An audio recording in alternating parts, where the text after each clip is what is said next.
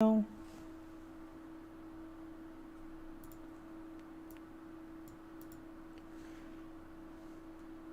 No drop bit rate.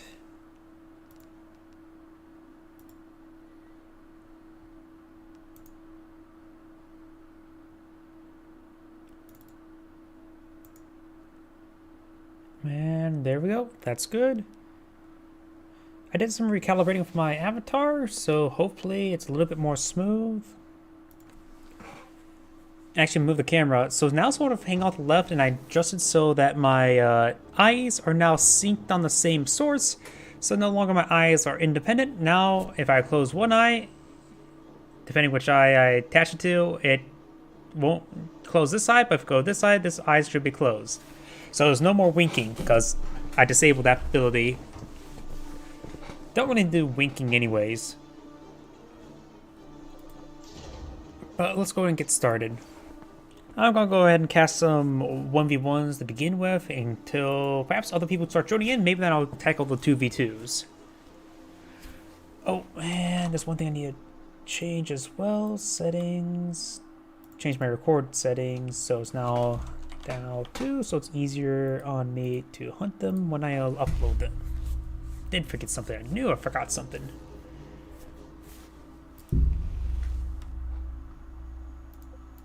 Make sure the music's playing. Yep, it is. Greetings everyone, and Grade here with another Dawn of War 2 replay. So on the south side, as the Chaos Sorcerer, we have Tavenge S. So on the north side, as the Brother Captain, we have Flintstone, not Flyingstone. Flintstone. Wait, Flintstone. Flintstone. Great. I think I found the reference for that name. Though he's went for the Grey Knights, not necessarily a caveman. We do have Inquisitorial Stormtroopers making their advance. Those capture the power point. Their requisition point has been captured up as well. Strike Squad is pushing way forward. We do have the Chaos Marine Squad capture the central requisition point, and so the Strike Squads should be able to close the distance there. And the Strike Squad is now advancing. Slowly, but they are. Of course, all Stormtroopers are captured at that point. We do also have this point being captured up as well. Power point has been activated for down south. Doesn't look like the northern power point has been activated. The other utilizability there from the Brother Captain. I don't know what it is, but definitely a group aura ability. Here comes the bolts. And he does dodge them, does sacrifice or one of those models there, getting some extra energy, replenishing his energy. A little less than full, but does get full energy, getting a little bit extra time. And a lot of free damage coming out on these squads. Strike Squads are decent at range as well, plus with a heavy cover, they can fight out at range. Brother Captain's making his advance, eyeing to engage these forces. And we do got a ritual being activated now. More bolts come on in, getting some good damage there onto Inquisitorial Stormtroopers. Got some good attacks coming in by the Brother Captain. And Chaos Sorcerer trying to pursue those Chaos Sorcerer. More barrage come on in. Only the Aspiring Champion remains in the Heretic Squad, but the Aspiring Champion will manage to escape on out of there. He'll get his fodder replaced soon enough. And I just realized, not my voice is loud in the game audio, so it should be fine. Perhaps maybe I'll get some more viewers and I can ask them if it's a bit problematic. We do got a Totem of Titans deployed on out. We're giving some more abilities as well as some health and damage. Over here, this point has been activated. This point has been decaptured. Very nice. So second Strike Squad has been brought out. So it's going for heavy infantry while we got the standard opener for the Chaos Sorcerer of 2 Heretics and a Chaos Marine. If he wants heavy melee, he could perhaps upgrade his Chaos Marines to the Chain Axes, the Mark of Khorne. I do like that upgrade. Howdy, thank you for the follow, Vindicare X. But somehow you followed me before even seeing any extra viewers on Twitch. Thank you for the very quick follow. Strike Squad has the same bit of damage there. Chaos not Chaos Sorcerer. Stormtroopers making their advance. The Chaos Heretics has the same bit of damage. It does sacrifice the mults, get a bit extra energy. Constantly, Case of Raj says, thank you for the follow. Yeah, I still see I have only one viewer on Twitch, so I'm not so sure. I was expecting nobody joining, so remind me to always assume there's a viewer. Chaos Marines pushing the way forward to the central requisition point. Can't get my words straight. Strike Squad is captured the right requisition point as well. This VP is being captured. That is actually a VP. And the tickets are similar, but it's pretty early in the game, so both sides can bleed off some tickets and be fine. Havoc has them deployed on now, which should be effective for these Strike Squads. They don't have anything to tie them up in melee, or easy way to get to them, tie them up in melee. So this is going to be a great squad against the Strike Squads. He must solve both of them and realize, great item. And honestly, at this point in time, it is a great item. Chaos Sorcerer's making the way forward. We'll likely see another cast there. Getting some minor damage there. Definitely that ability has been a bit buffed last time I remember. So it's nice seeing the Chaos Sorcerer getting a bit more love. Probably the least used of all the Chaos champions or heroes. Tactical Marines pushing the way forward. Havoc Squad needs set on up. The Brother Captain's not trying to top the Havoc Squad. And he's getting some good damage there onto the Brother Captain. More Cybolts. I'm not sure what they're called on the Strike Squad. They all just seem like Eldritch Bolts, Cybolts, things of that sort. Strike Squad will be falling on back.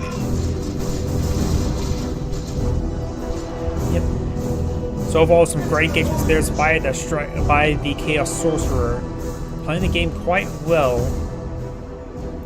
We do have full generators down here, full generators up here. Actually, no, this one's just not being deployed, so there may be a bit of an energy advantage for the Chaos Sorcerer, but it's a small margin, so who knows how that'll go. But I see a lot more upgrades there on for the Brother Captain, and less upgrades for the Heretics, so likely there's going to be a substantial actually energy lead for the Chaos Sorcerer when it comes to attacking. Havoc Squad has been set up. Strike Squad's trying to tie the melee. The Chaos Sorcerer is getting a nice special attack there, and the Chaos Marines are getting some good damage in as well. I also do believe that the Chain Axis would be a great upgrade for the Chaos Marines at this point in time. Just the ability to hit some of these squads if they're trying to crawl forward. I do have a bit of a high preference on the Chain Axis probably than what's really warranted. Chaos Sorcerers are captured at the requisition point. The Brother Captain is trying to gauge these forces. Slowly but surely, he will win out. Brother Captain's melee doesn't seem all that great, honestly. Though honestly, it's probably because it's unupgraded. Generator does go down. Maybe because the reason why his melee is a bit weak is because he has Terminator armor.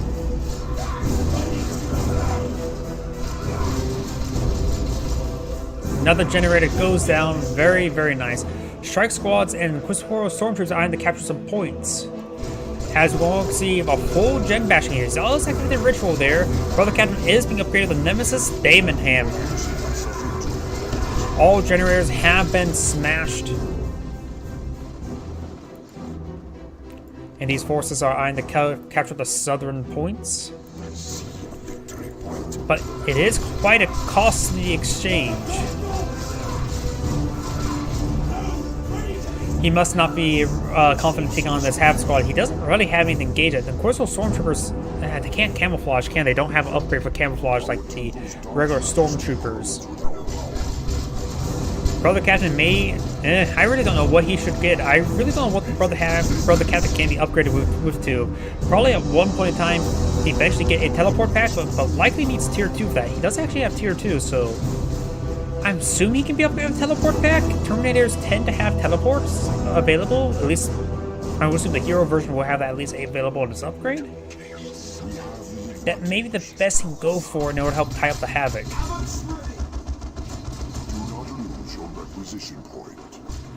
See any ability? Also grants Demolish and Strike ability, which grants 100...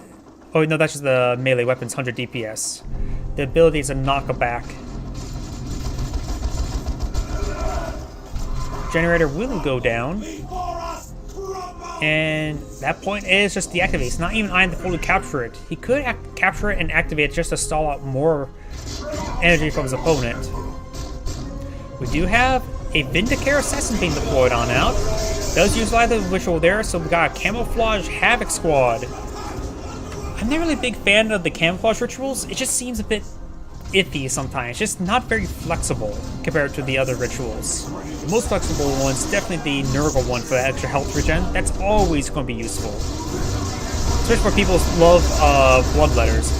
But he's trying to tie up the getting melee. The Havoc Squad does get knocked back there. The Brother Captain does go down. And we do have the Chaos Marines falling back. We got good attacks there onto the Havoc. The Havoc will need to set on up. It's being tied up to melee, but these guys are still actually suppressed. Ooh, we got a snare. Robes of Torment, which grants the barbed chains, which snares these forces. Allowing the Havoc to set on up, but the Havoc is severely wounded. Does fall back. The Vindicare Assassin getting some great hits in there. But Chaos Dreadnought has been going on out. We got a nice grenade there. Vindicare Assassin being uploaded with armor-piercing rounds, which does do damage for the Chaos Dreadnought, but does take a bit of time. Strike Squads are severely wounded. He's trying to pursue them. Does manage to skip on out of there. Chaos Squad will be high up the Vindicare Assassin up in melee, forcing him back. Some damage does come out of the Chaos Dreadnought. I think I just saw the Grey Knight Terminator being cancelled. Now we got Purgation Squad. Looks like he's going for the Conversion Beamer.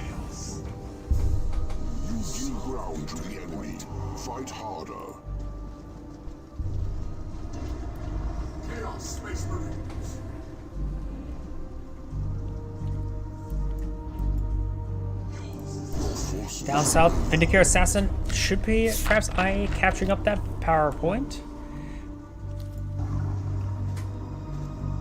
Squad upgraded.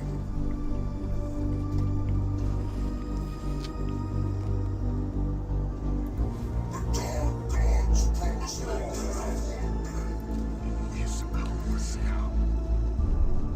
Got a number of upgrades. We got the Conversion Beamer there on the Purgation Squad.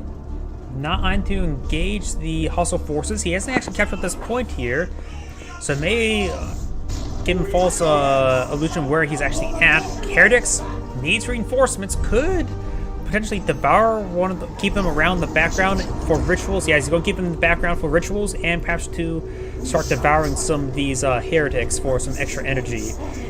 And there's a stealth dreadnought pushing the way forward, but does get spotted by the advanced vision range of the Vindicare Assassin. Does take out one of the heretics there, so he's down to 2 models with the heretic squad. The heretic squad may just need to fall back entirely, yeah. Let's not risk it when we don't have to. Conversion Beamer does fire a shot, but missing the dreadnought.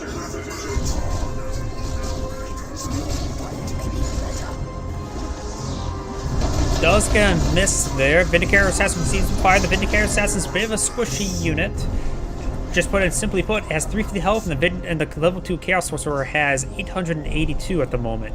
So in other words, less than half health, 1/3 the health approximately. We'll go and top off the health of the Chaos Dreadnought. Not fully healed, but probably good enough. Havoc finds a good engagement there.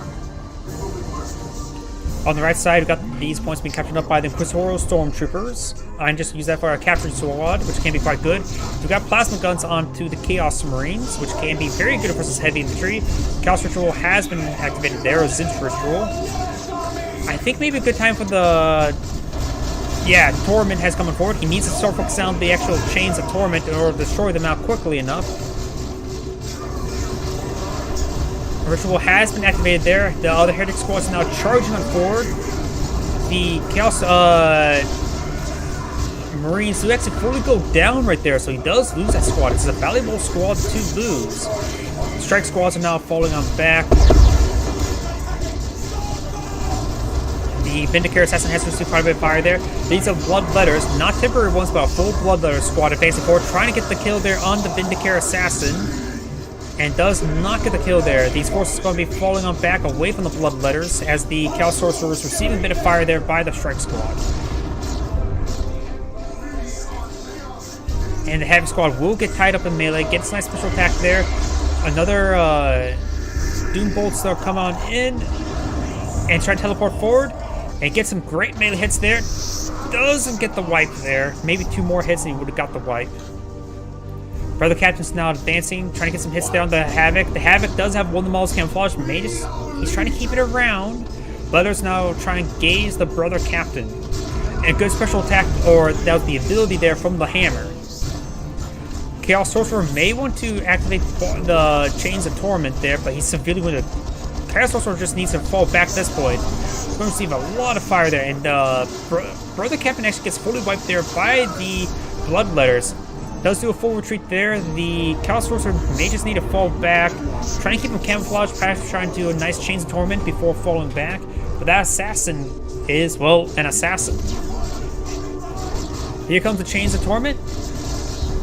Activates perhaps both abilities there. No, perhaps got siphoned off some energy there from ability. Chaos Sorcerer does go down. And tier 3 being researched by the Chaos Sorcerer. At this point in time, a Chaos Predator wouldn't be half bad. I don't think Terminators would be the best option, though he could go off with some Terminators. And more Heretics getting ripped apart. He's out of Heretics. Out of fodder. Activates Nudge Ritual there, trying to camouflage the Chaos Heretic on the retreat. And Bloodletters now engaging the Strike Squad, detonate the model there, but completely whiffs of the model detonation. Tier 3, like I said, it has been researched. He's queued up something big, and seeing that Terminators have to be called in by red points, that's very likely a Predator being deployed on out.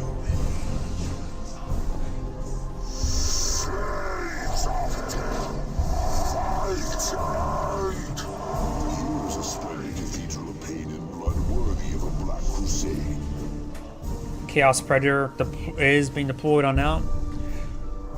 He's fighting against Strike Squads. They don't have anti-vehicle melee, so he has to deal with the Conversion Beamer and the Vindicator Assassin. So Nurgle variant is probably not a good idea. Zinch variant is probably not a good idea. So it's best perhaps go for a Mark of Khorne Chaos Predator. The Brother Captain's also deploying on his own tier 3 out. Hasn't built all of his generators, so managed to be a bit frugal with his energy and will be able to get out his own deployment, but oh no! He's canceled it. He's going to go for the Great Unclean One, I believe. I doubt it's going to be the Land Raider Phobos, so I have it's going to be for the Great Unclean One. And the Great Unclean One will be deployed on out. I'm not a big fan of the Great Unclean One, honestly. I think Predators generally work a bit better than Great Unclean One, but he's going for the Great Unclean One. If his name doesn't describe him, he's big, he's great, and he's unclean.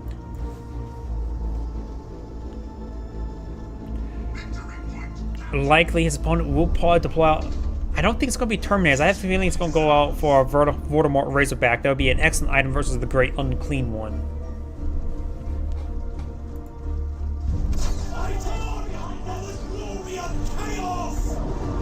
Does activate a camouflage ritual there.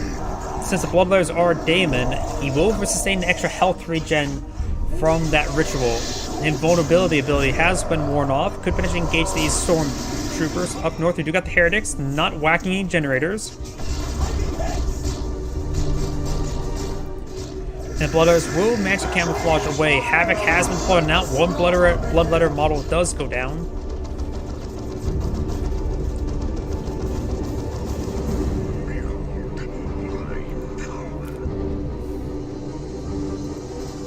Generators starting to be bashed. The Grey Knight will need to get more energy. 100 energy, I believe, is what's needed to call in a Terminator squad. And he's going for a Voldemort Razorback. Over here, you got the Strike Squads making their advance. Havoc Squads are seeing quite a bit of fire there. Does fall back. Great Unclean One is probably going to barf right there. Is it a barf? No, that's the weird boy. Nice Chains of Torments there. That's going to be great for a special attack. But nope, he does not get the special attack off. He does retreat. Looks like that retreat does break the Chains of Torment, which is probably good balancing there. Anything that sort of slows down, stops, retreats is never really a good idea for balance-wise. Brother Captain's making his advance. Voldemort Razorback has been pulled on out.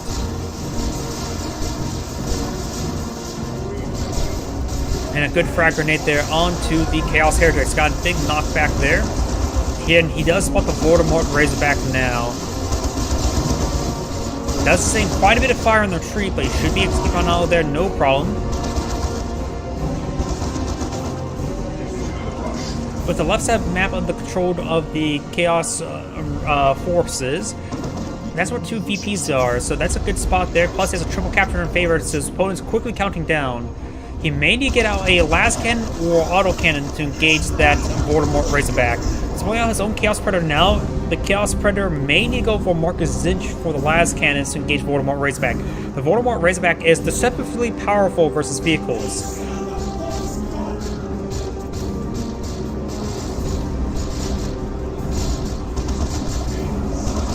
Strike Squad does get some good damage there. He does barf on top of that other Strike Squad as well. Chaos Heretics are falling back down to 5 health, but manages to escape on out of there. Convergent Beamer does connect with the Great Unclean One. The Great Unclean One is great and heavy. And I think that, I think that squad may have been wiped there. Looks like he's down with Strike Squad.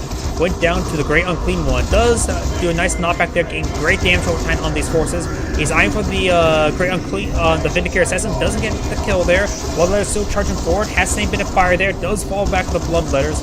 The Chaos Sorcerer is making his advance now. Chaos Predator has been deployed now. Not eyeing for save the time for an upgrade. Needs that gun firing now. They're getting some great damage on the Voldemort Razorback. The Voldemort Razorback appears to be one shot away from death. Chaos Predator fires and gets the out of control there on the Voldemort Razorback. The Brother Captain does not have a whole lot of forces remaining. He has his Strike Squad, Conversion Beamer, and what was that pathing? I'm not so sure what pathing he's referring to, because I just seemed like he went straight back there and retreated back that direction. Both seems like good pathing, or reasonable pathing, because in the fight there of the Strike Squad, yeah, the retreat path would go up north rather than right, because that's a straight path north and then back.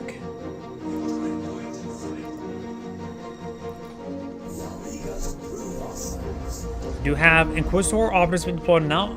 Interesting option. He must be low in energy. Yeah, taking out those generators is being very, very beneficial to the Chaos Sorcerer. Now we've got a very, very sneaky Great Unclean One. And misses the vomit, and actually doesn't reveal himself of that.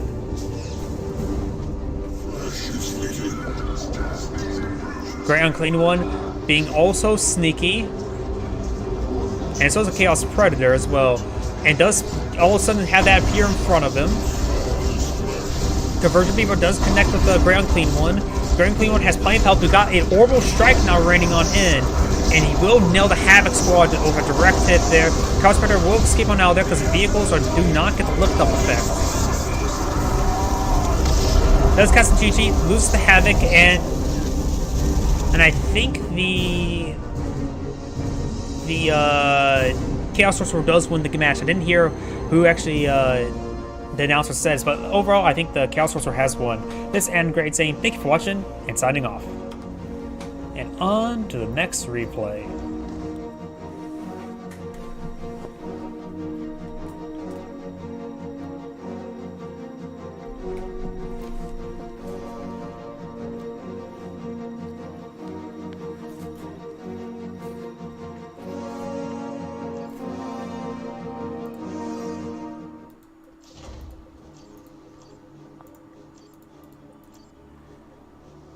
Let's see. I may have cast this one already. I don't know why the names look familiar.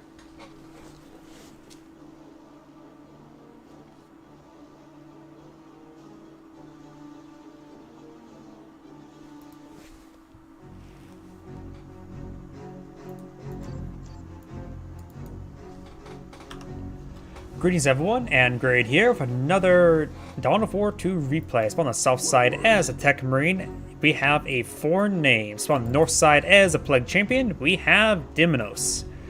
Which actually is the closest thing to a mirror matchup while being different factions, because both of them have similar abilities. The Plague Champion can some odd reason can deploy out turrets like the Tech Marine and repair like the Tech Marine. So they're actually a similar matchup. Both in the same classification, if I remember correctly.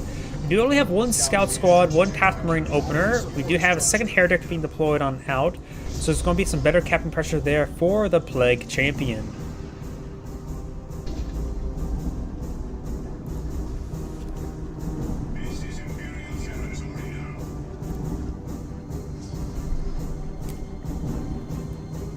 Support structure complete.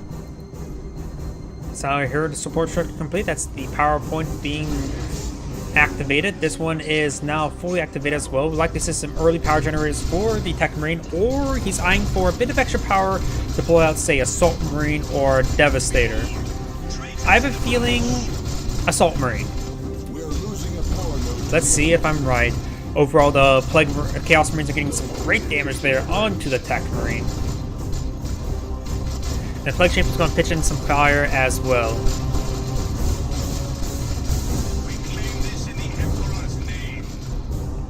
They have claimed something in the Emperor's name. What is the Emperor's name? Adding support structure. And we do actually, no, looks like I was wrong. It's not a Assault Marines, it's a Havoc. Not Havoc, Devastator. I want to get all my words correct. Adding power generator. Support structure complete.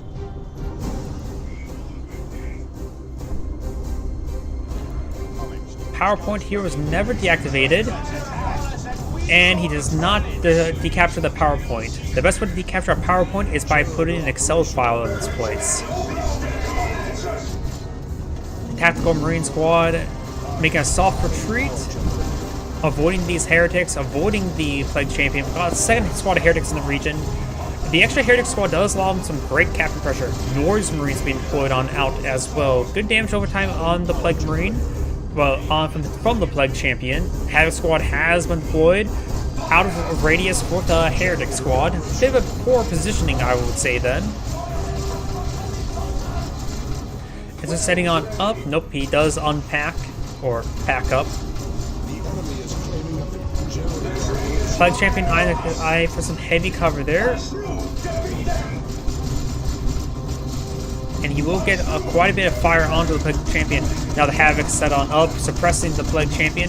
However, we've got Noise Marines making their advance, which they can tie up the Devastator in melee without being in melee. Have I been calling it Havoc still? Jeez. Tactical Marines, however, tie up the Noise Marines up in melee. Very nice.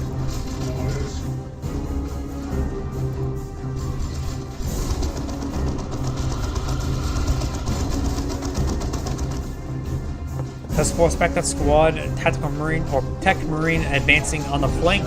And we do also have these Chaos Marines engaging the scouts up in the garrison. When the scout models do go down, he does put the scouts back in the garrison. As a Tech Marine will be capturing that requisition point. We do got a Grenade Launcher Squad. I do like the Grenade Launcher Squad, but the damage output's not that exactly great versus the little models of the Space Marines. It's great against Imperial Guards, great against the, I suppose, the knockback grenade's going to be very useful against the Devastator, which is probably why he primarily got it. The range damage is still good nonetheless. The Assault Rifles are still not in range, does manage to fall back in time without being suppressed. Tactical Marines are falling back. Noise Marines knock back the Tech Marine, and the Plague Champion start putting some rounds into the Tech Marine. Heretics are going to use the Assault Rifles from the low ground. Does throw out some grenades there onto the Scout Squad. Scout has been upgraded to Sergeant before shotguns. He may not even be going for shotguns. And does find a landmine there. We do have some landmine support now. Artificial Armor enables the landmine ability, which uses energy and not resources. At least I believe it's only energy. Could use some small amount of resources, but I'm not so sure. Ooh, Scout Squad needs to do a full retreat, saving too much fire there. Doesn't drop any additional models there, so it should be able to be healed up, no problem. And I've got the power node now under siege from the Chaos Heretics. That's what I'm looking for.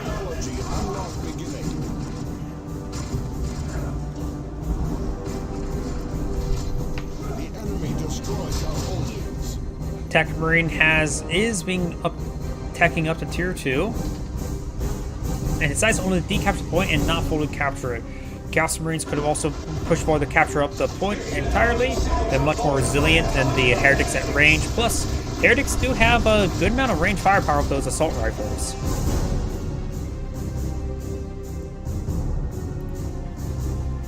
Location secure. The enemy falters, but he is not yet beaten. Does throw some grenades there, but they all miss. The assault rifles, there's knockback grenades, trying to tie up the Havoc in melee. Does retreat back before getting tied up in melee. Heretics going pushing their way in. Does good damage on the Heretic, Devastator on the retreat path. But the Devastator will manage to fall back, but did drop a couple models.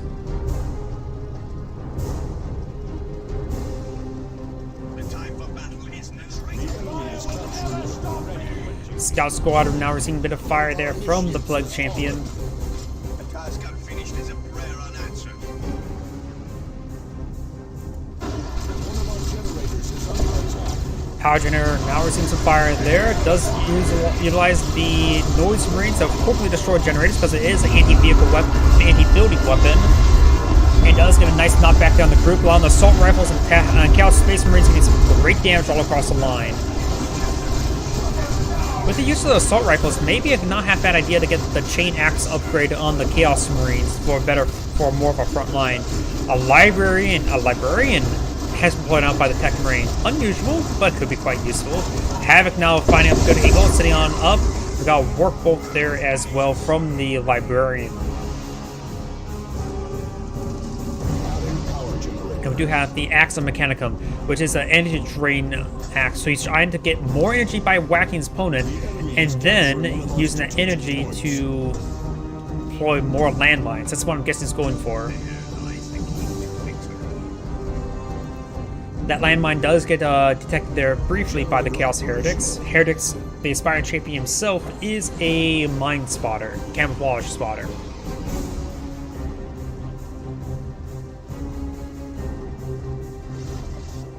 Press on to victory, Space Marines. Victory point secure.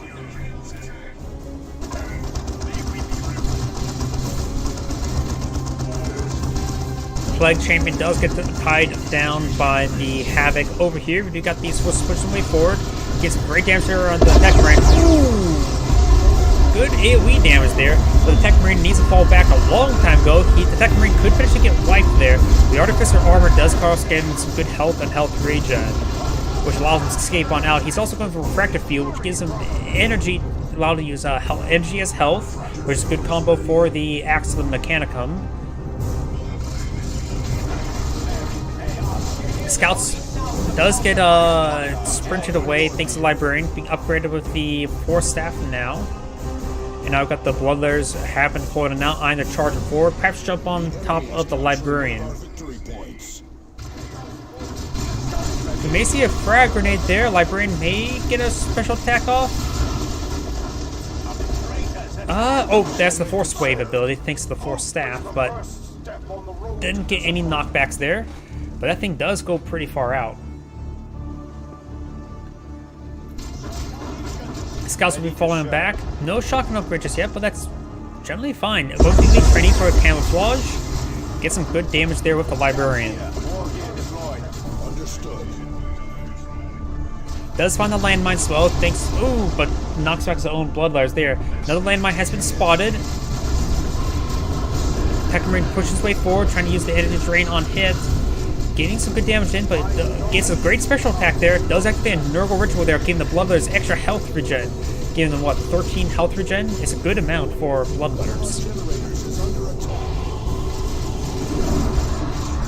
The tide of battle turns toward the righteous. And does the need of the mine, losing a Bloodletter model to that mine. That's not a very good Minesweeper squad.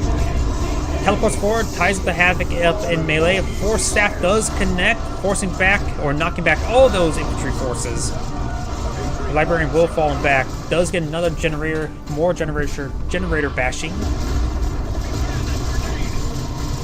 And he will go ahead and deactivate the point as well. Overall, great position here by the Plague Champion. Dreadnought, especially way forward, does have the auto cannon, of course.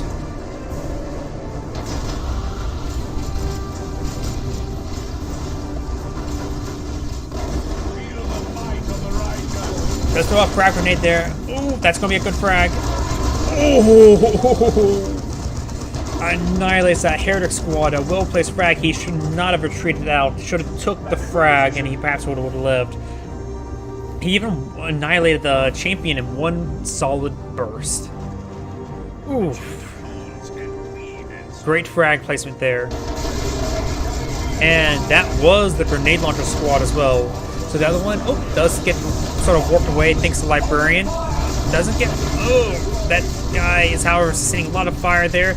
Could potentially go down to the auto cannon, use the sprint ability there. Down to 18 health, drops another model there. Landscape out with 12 health. Missile launcher does fire and rolls a miss. Good damage there onto the Heretic by the Librarian. Heretic's trying to tie up the tactical Marine squad up in melee. The Chaos Dreadnought will manage to escape on out there. The Heretic may go down, and he needs. I suppose the Plague Champion himself can repair, and does pick up the Heretic squad. So now only Plague Champion can repair, but actually no, he got a fresh Heretic squad. Probably solely meant for rituals. Good missile launcher hit there. Sprinting on forward with the tactical Marines, thanks to the Librarian. Nice suppression there from the Heretics, detonating a model there, and forces back the Tactical Marine Squad. The Chaos Tactical Marine Squad is severely wounded, 50 health. And does manage to escape on out there. Does get the grenade launcher upgrade as well. Wants to keep the grenade launcher squad just to interrupt that las cannon squad. Does throw a frag grenade on the retreat path. Relatively successful.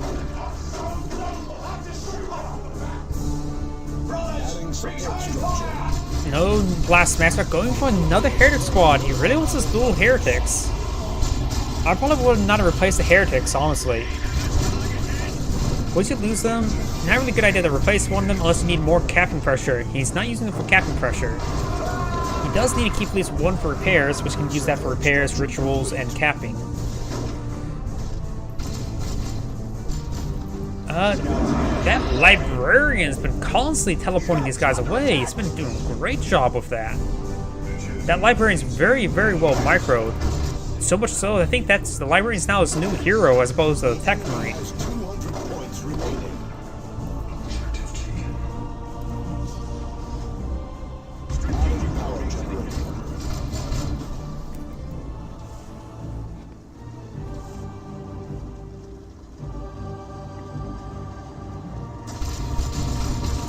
Norse Marines don't get any good shots off there. They do a little bit. Dreadnought still has not been fully repaired. And he's upgrading the Chaos Marines with the Mark Zinch. Honestly, the chain axis wouldn't be half bad because it needs perhaps a little bit more of a front line. Does that get the win the rituals now? May we be rewarded.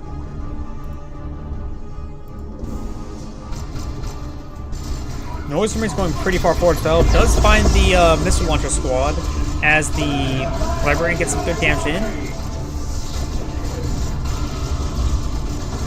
Tech Marines now receiving a bit of fire there, and does utilize a Force Wave ability.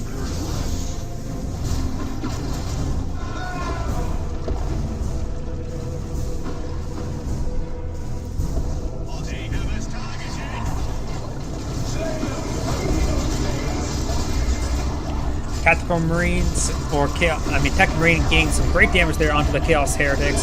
Tactical Marines getting tied up in melee by the Bloodletters, but we do have the Tech Marine trying to get some good damage in as well. I wonder if it can still drain energy on hit if they have the invulnerability ability on.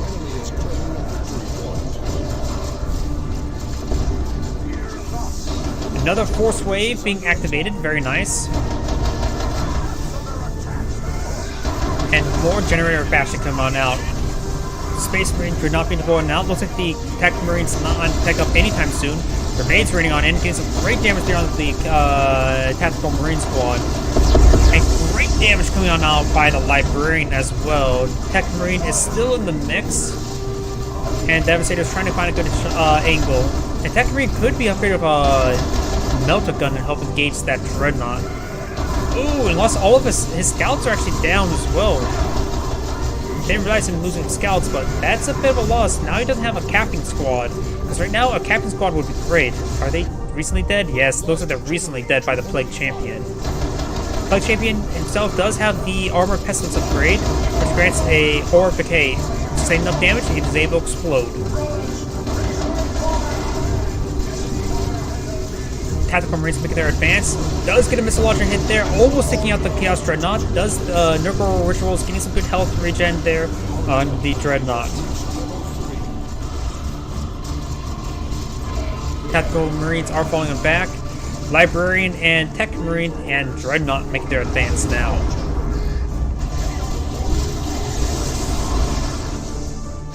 Librarian has to say a bit of fire.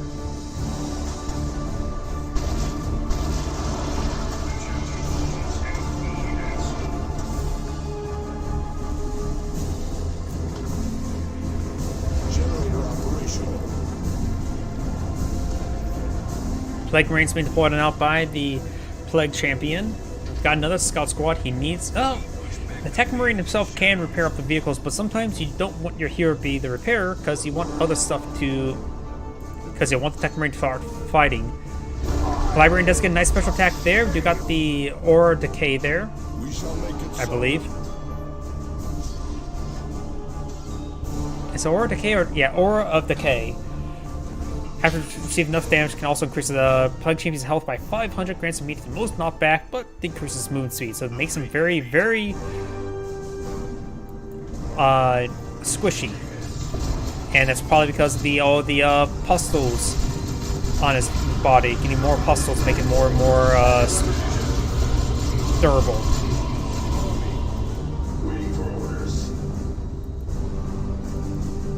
Las Cannon eyeing to engage these generators. I guess it can be successful at that. Noise Marines coming to respond to it.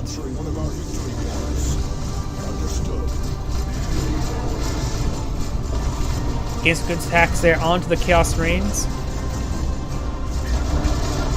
Able to drain off all that energy there. Scouts have an upgrade that started, being upgraded to elite training for camouflage as well. And the Librarian's not going to capture up that VP as Noise Marine's trying to get some good damage in. No Blastmaster but just yet, but that's actually perfectly fine so far. Does throw a frag grenade there, largely missed due to a nice retreat.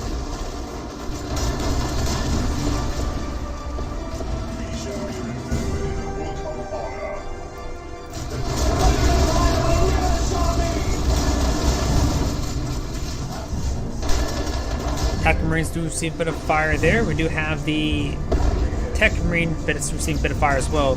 Activates his shield generator. But with the amount of forces here, he will not be able to stay around all too well. Dreadnought is making its way forward. Needs to start engaging the Chaos Dreadnought in melee. Got a good last cannon shot there. So that will be snaring the Chaos Dreadnought for some extra damage there. It does use a smash down ability. Global repairs have been activated. And good knockbacks there on the last cannon. The Chaos Dreadnought will escape on out there. Grenade Launcher Squad receiving quite a bit of fire there from the Chaos Dreadnought. Rocket Launcher is being sprinted forward thanks to the Librarian, and there goes the Chaos Dreadnought.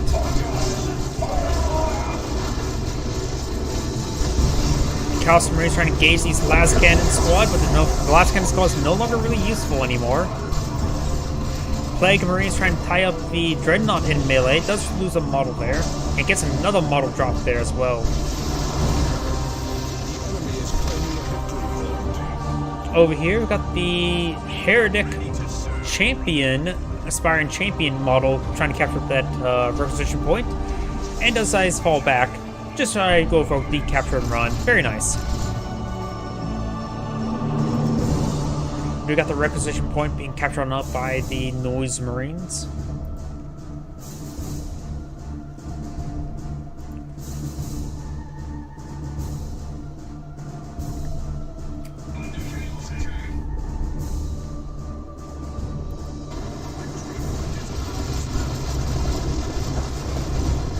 And the Plague Champion and Heretics are trying to get some good damage in. They will get some good damage there, and the Chaos Heretics could push a little bit farther forward to allow his assault rifles engaging, but keeping them nice and safe is never really a bad idea as well.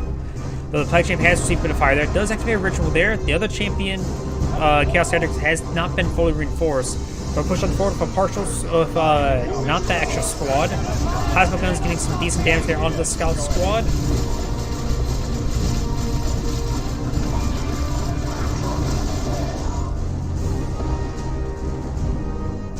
No anti-tank for the Chaos Marines other than the Plague Marines missile launcher.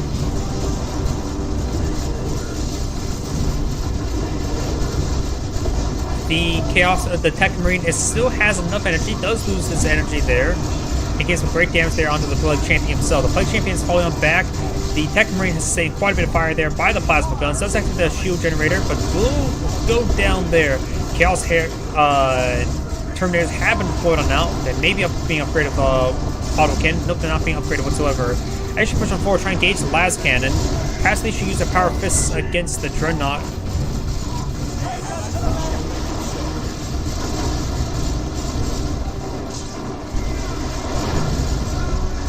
Las Cannon squad will be falling back. Got a Venerable Dreadnought drop as well.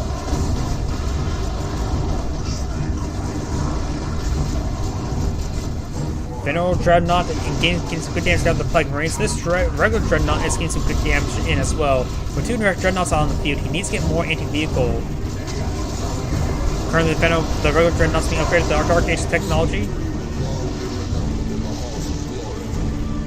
It looks like the Tech Marine has won the game. Looks like the Chaos player has to surrender because it says, "Remember the halls of glory," and that sounds like the Space Marine victory sound. But either way, this is Adam Gray saying thank you for watching and signing off. And on to the next replay.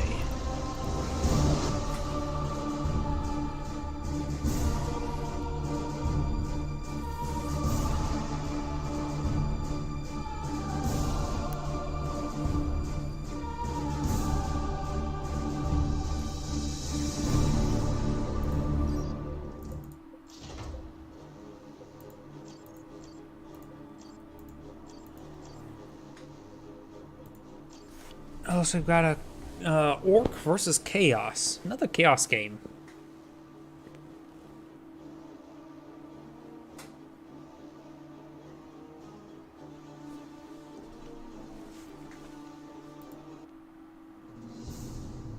Let's see now. Let's see. I'm just going to read your chat message, GG. He needed a Great Unclean One or Predator to handle ×2 Dread Terminators. Always solid choice, but not against Tech Marine, I guess. Yep. Let's see. Yeah, maybe the Blastmaster going for that a little bit early on to help engage the first Dreadnought would have been useful. Something a bit more mixed combat if you to help engage the first one. But when 2 ones out, it can be a bit difficult. By the way, let's go and get started. Greetings everyone, and Grade here with another Dawn of War 2 replay. Spawn on the south side as the Mech Boy. We have Fathom. Spawn on the north side as the Chaos Lord. We have Neutral with a capital L. Does that mean loss? Either way. Good luck. It would be no match to handle Eldar right now. I'm not so sure what that line chat there is about, but maybe he was chatting to somebody else. I'm not so sure. Maybe they have a prior game where they were talking with each other. We got the second Heretic squad has been blown out. We've got a Slugger into Shooter into Slugger, so he's going for double Slugger, which will put him on relatively equal footing versus the Heretics. At least in composition, I should say. Mech Boy trying to avoid the Chaos Lord's fire. The Mech Boy has kept with the Citrus VP, trying to go for some early VP game, put some extra early pressure on his opponent. Chaos Marines just stay in heavy cover there, very nice.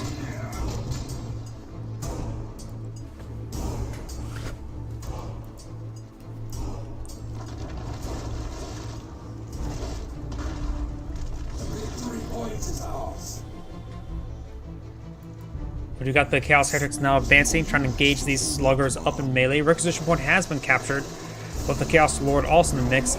Won't be able to stick around all too well.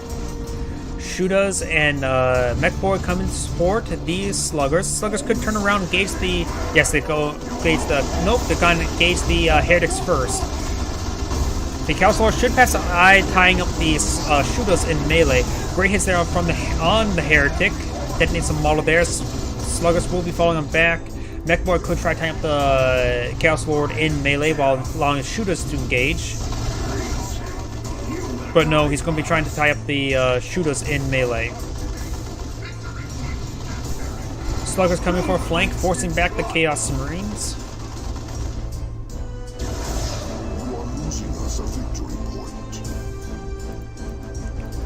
And the Sluggers are capturing that point there now. Requisition point here has not been captured, so maybe one of the squads by capturing that up. We got a Pain Boy deployed on out. Ready to administer some weird green juice he found somewhere.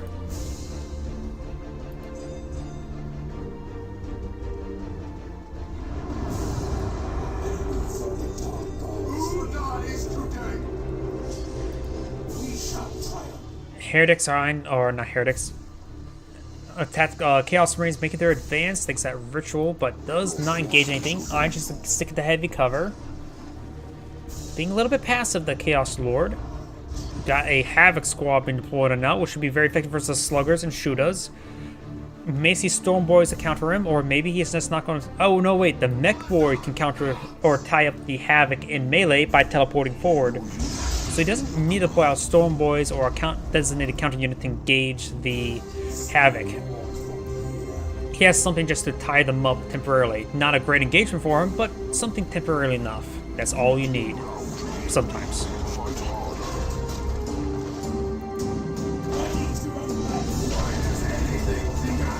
Sluggers, I receive a bit of fire there. As these forces are pushing their way forward, do have some burners there. Detonates another model there with the Heretics, as the Sluggers are seeing quite a bit of fire there, but the AoE damage from the Burners is doing some great work there. Burners will fall on back. We do have the Chaos Marine receiving a bit of damage there, as the Mech Boy teleports forward trying to capture the VP. We upgraded the battery pack, which gives him more energy? Gives him 70 energy, 150 health. Oh wait, no, it's a medic ability.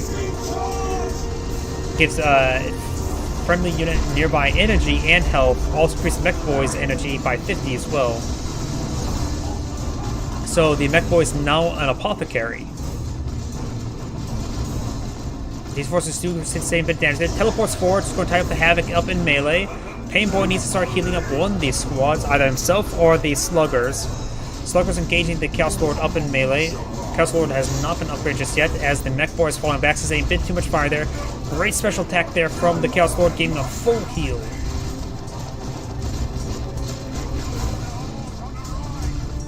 Overall, the Chaos Lord is taking some great engagements. Perhaps maybe to help go around capture pit points a little bit better, though. Shooters still on the flank.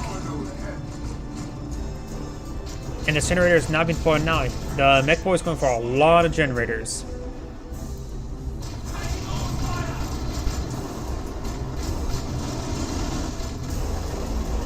Shooters trying to avoid these Chaos Heretics. They have not been upgraded either as well. Some big shooters would help them get some feudal control if they're able to get some good suppression there. Burners making their way forward, does get some good damage there. The power generator is severely wounded, but still alive.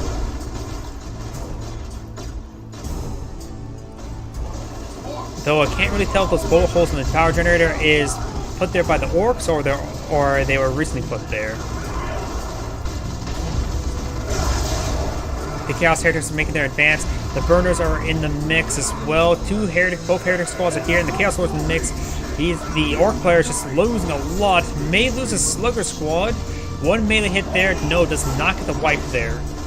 Next squad of Burners pushing the way forward, receiving some suppression there from the detonation models. The Pain Boy needs to start healing up that Burner squad. He does heal up the Burner squad before he drops any models. And I hit my microphone once again. Oh yeah!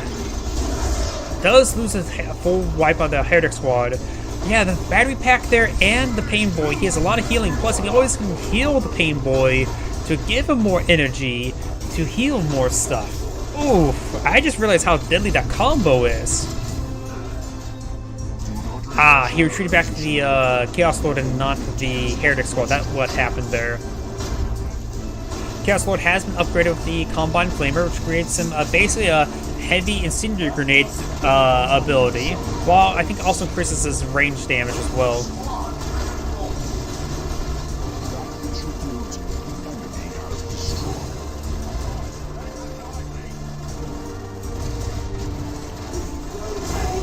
Sluggers making their advance. We do have the Pain Boy being queued to upgrade with the stronger Get Sauce, which looks like he does need tier 2 to get that. I thought it was just a tier 1 upgrade, but I guess it's a tier 2 upgrade. Let's get a good heal there on the Burnas. And the Burner Squad will be falling back, so is the Pain Boy. Burner Squad should be escaped onto there. Has 2 models remaining, but seeing a lot of fire. Mech Boy does fall away. Could potentially be upgraded with probably the big Shudos probably be good rather than Def Gun. Though Beam Def Gun wouldn't be half bad later on either. The Shudos will allow him at least able to get some good damage in while not needing the setup time, because I'm pretty sure using the battery pack would probably break his setup. Though I don't know off the top of my head. So I would not agree with the Def Gun, but Beam Def Gun's probably fine if he wants to hit vehicles, but I think the big Shudo upgrade would be not bad. Just get a bit of extra damage in.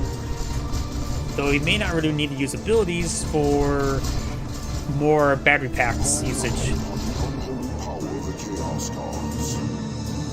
War Truck is being deployed on out. Havoc, however, gained some great suppression there. The Mech Boy is not in the region to tie him up in melee. Mech Boy doesn't have a whole lot of energy at the moment as well. 1 teleport in, that's it. No energy battery pack ability. Teleports away entirely as well. Up north, up here. Hydrunners are under siege. Does push forward, deploy out the War Truck, charging on forward, and the Havoc Squad does fall back. He could upgrade to the Auto Cannon or Las Cannon to help engage that War Truck. Hydrunner will likely go down as well. Does have the Shooters here that have not really been doing all too much, nor any upgrades either.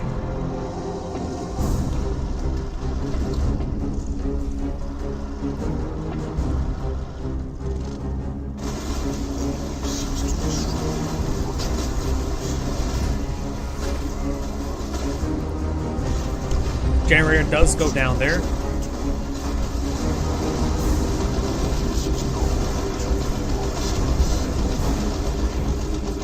That point does get deactivated. Could have actually secured up for himself. We've got 2 burners here, so the power points are going to go down quite quickly. In return, it's going to erect an Excel file.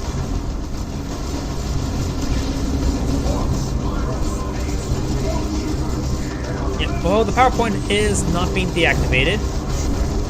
Chaos Marines, yeah, the Havoc there with the base MG gets suppressed immediately. Pain Boy has received quite a bit of fire there, trying to get some good hits there on the melee path, on the retreat path, but didn't really get any good hits whatsoever. Maybe self-heal himself before falling back? No, doesn't self-heal himself in time. Or maybe he did. I saw it look like a heal ability.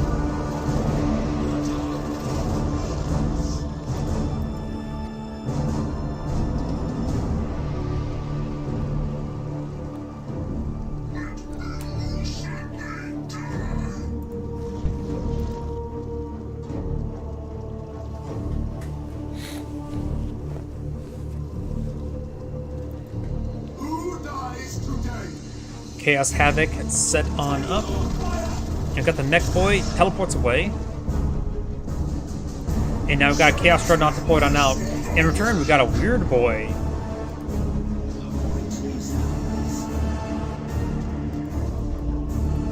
Victory point is being decaptured over here. The VPs are heavily in favor towards the Mech Boy by a large margin.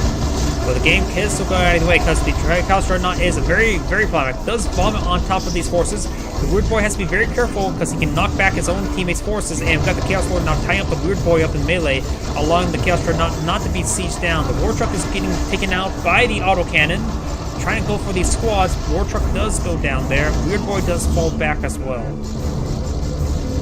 The Weird Boy has been upgraded with the War Path, which gives him delayed out of control. and also increases the warpath ability, increases the speed of nearby infantry units by 2, and damage resistance. Overall, good support ability.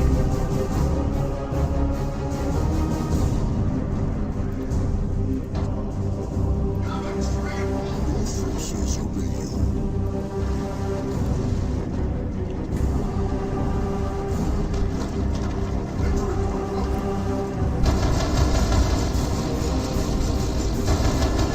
Tank Buster's been pointed out. Very understandable. He needs something more dedicated for anti-vehicle. And the Weird Boy, while he can engage Dreadnought, he's just one guy and he can easily get overwhelmed. The generator has been activated, and now the power points are being cleaned on up. Both sides still needs power. Both sides have no generators remaining. In fact, both sides don't even have a power point even activated. So everybody is scraping the bottom of the barrel for power. Yep, both of them at 20, bottom of the barrel. With Plague Marines deployed out, he's going to be very far away from deploying out any more power generators. He may not be going to deploy out any additional power generators. Mech Boy is trying to tie up the stuff in melee, very nice. Tank Busters making their advance. Havoc Squad has been spotted, hitting the Mech Boy. Pain Boy is going to try to tie up the Havoc up in melee. The Sluggers are also tied up in melee as well. Mech Boy does try to teleport forward, does fall back. Needs to perhaps use some health regen on top of the Pain Boy himself. The Havoc Squad is falling back, so is his Heretic Squad, severely wounded. Tank Busters start needing to focusing down that Dreadnought. Direct hit there, but on his own forces, the Weird Boy. And getting some great damage there onto the Chaos Marines. Good vomit there onto the Chaos Lord. And now we've got some more Tank Busters being deployed out by the Orcs. Tank Busters are falling back, so is the Weird Boy and the Pain Boy.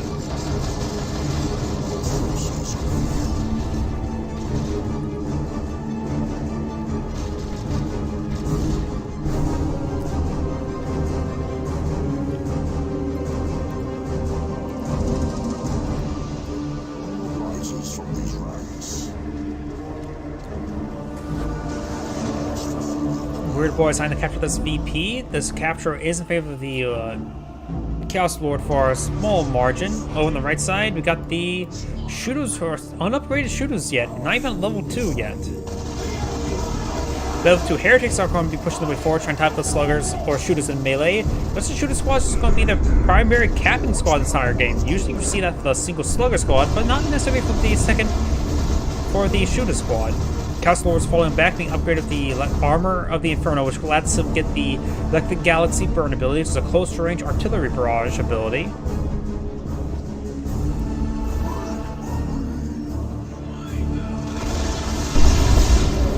There's both Tank Busters here, and the Weird Boy does get a knockback there on his own Mech Boy. Chaos Havocs can be knocked back by the Tank Busters, because Tank Busters are also the light artillery unit for the Orcs. Pain Boy does heal himself right there, but the Chaos Dreadnought is a bit too effective versus the Orcs forces, but still going to charge on in. We'll lose a lot of models there.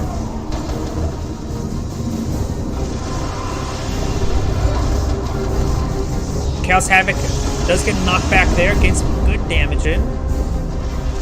And Let the Galaxy Burn has just been activated there. Good knockback there on his own slugger. The Weird Boy can't be a double-edged sword sometimes. Weird Boy and Tank Busters falling back. Heretics trying to tie them up in melee. We do have a War Truck being deployed on now. Good hit there, getting some good heals there on with the Chaos Lord. And now the Chaos Lord is falling on, or not falling back, the slugger is falling on back.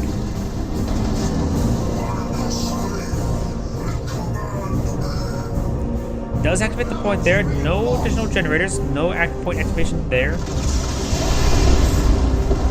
As far as we haven't seen any, like, mortar barrages coming out from Tank Busters. I'm not so sure what the ability is called. I call it mortar barrage.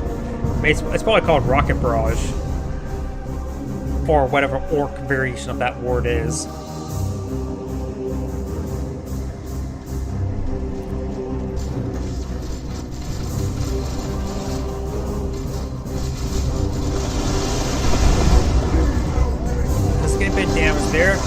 Dreadnought seeing some pairs with the Chaos Heretics.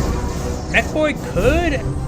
I'm sort of surprised now thinking about it. He went for 2 Take Busters. He could have got a Amy Deathgon for his Mechboy.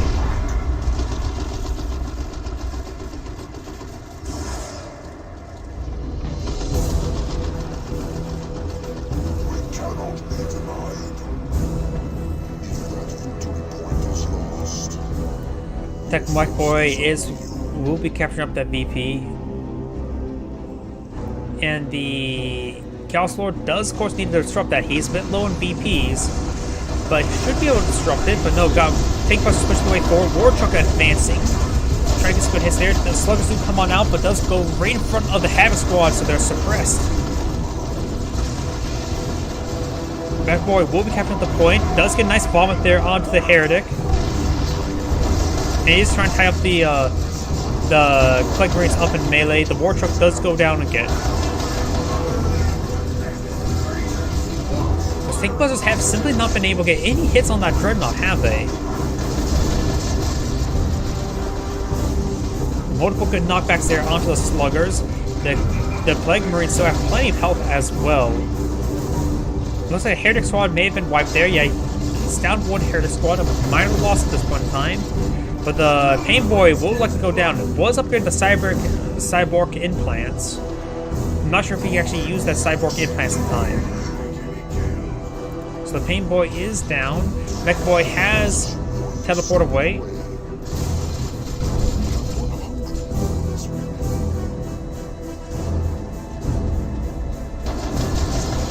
Down south, we got the power point not being captured on up. Over on the left side, we got the Requisition being captured up by the Shooters. Overall, the Orc player seems like he's been on the back end for most of this game, but he's been playing the VP game, which is what actually wins in the game. Does get suppressed there by the Havoc, getting some great hits there onto the Chaos Dreadnought. Not using the Mortar Rocket Barrage there on the Havoc whatsoever. More rockets raining on in the Dreadnought. The Dreadnought could go down the next volley. And the Dreadnought does actually go down there to Take Busters. Both sides have quite a bit of resources stored up. Maybe both eyeing for tier 3. Sluggers are falling on back as well. Overall, the Chaos Lord has lost a couple squads, but his opponent has quite a number of Take Busters here, so the field controls will probably be pretty even. The Take Busters, of course, can bring in some more mortar barrages, which we haven't seen once this game just yet.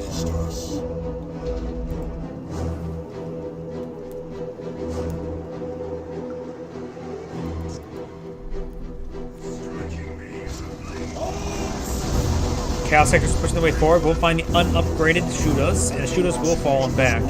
Fresh Pain Boy has been deployed on, is being deployed on out. Maybe go for the Cyborg implants again.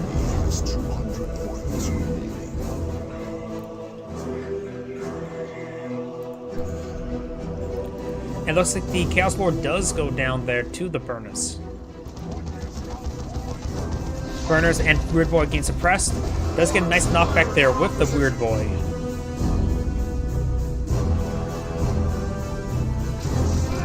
Havoc's trying to set on up, but likely they will be tied up in melee. Does get knocked back once again, and using ranged flamer damage there. Falls back with all of his squads.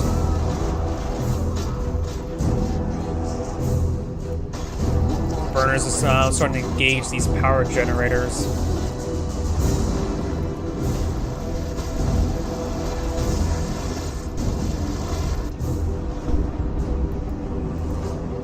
Struggle gets sauce has been upgraded on the Pain Boy. Tier 3 is also being pursued by the Chaos Lord. No, it does cancel it. Goes for a Havoc team. Going for a second Havoc. Maybe eyeing for more suppression. Doubt it's going to be for an auto cannon. Also teching up and try getting some Terminators wouldn't be that bad either. So Terminators don't really need to worry about the Take Busters as well. Maybe it's going for the Havoc into tier 3 into Terminators. I mean, Terminators of Lightning Claws is probably the best thing you can deploy at the moment. Mechboy has support on forward. The Havoc does get overwhelmed. Does sacrifice one of the models there. Wait. maybe not. He lost the entire Havoc squad. I thought he was going for the temporary bloodletters there.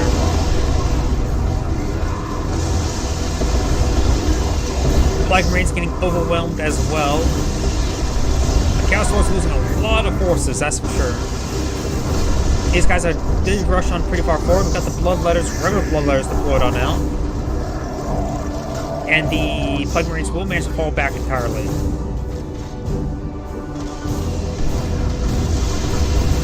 Rockets are not going to be very useful against the Chaos Lord. And there's a slugger there.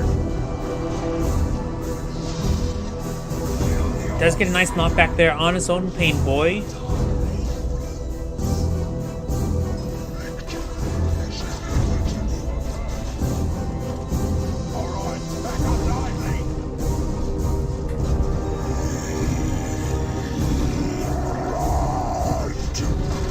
Pain Boy does heal himself right there. Maybe that was the battery pack. No, that's the Weird Boy, not the Tech Marine. Not Tech Marine, Mech Boy. Chaos Lord does get a nice attack there, getting a full heal.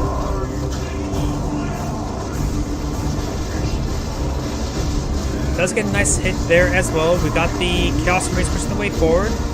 And now the Chaos Lord's falling back. Good vomit there as the Mech Boy does teleport into the vomit, but does find the bloodletters. Havoc Squad is set on up against Great Suppression there, but getting knocked back by the Weird Boy. Plasma Guns raining on in, ripping apart the Mech Boy. The Mech Boy does in fact go down there. Havoc Squad, however, does get forced back, so does the bloodletters. Looks like Weird Boy does get a nice attack there onto the Chaos Marines. Do fall back now. Still has all of his models, so minimizes the bleed. Fresh War Truck has poured on out. On the right side, we've got these Heretics catching the point. There's the Chaos Lords down to 39 tickets, not a whole lot remaining, but he does have a double capture in his own favor. Tier 3 being researched by the Chaos Lord. He needs to save us some requisition for some Terminators, I would say. Terminators will be his best option.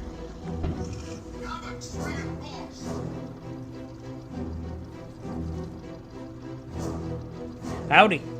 Sorry, I didn't see your message earlier.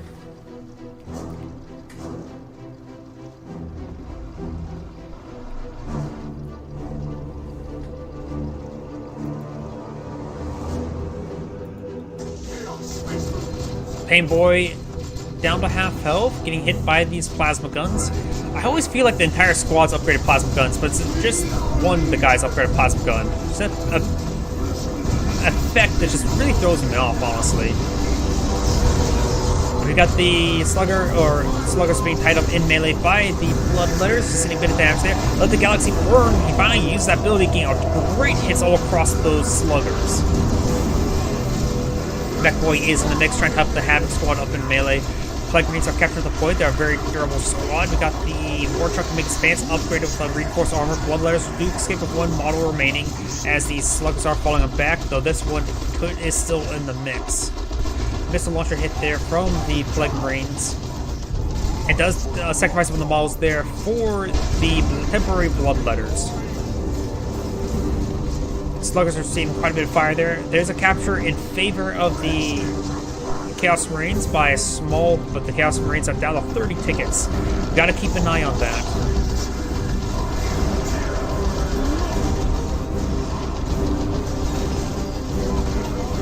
And now we do have the Sluggers getting some great damage there on the Chaos Lord. Though the Chaos Lord is actually quite durable. I always forget how durable the Chaos Lord is.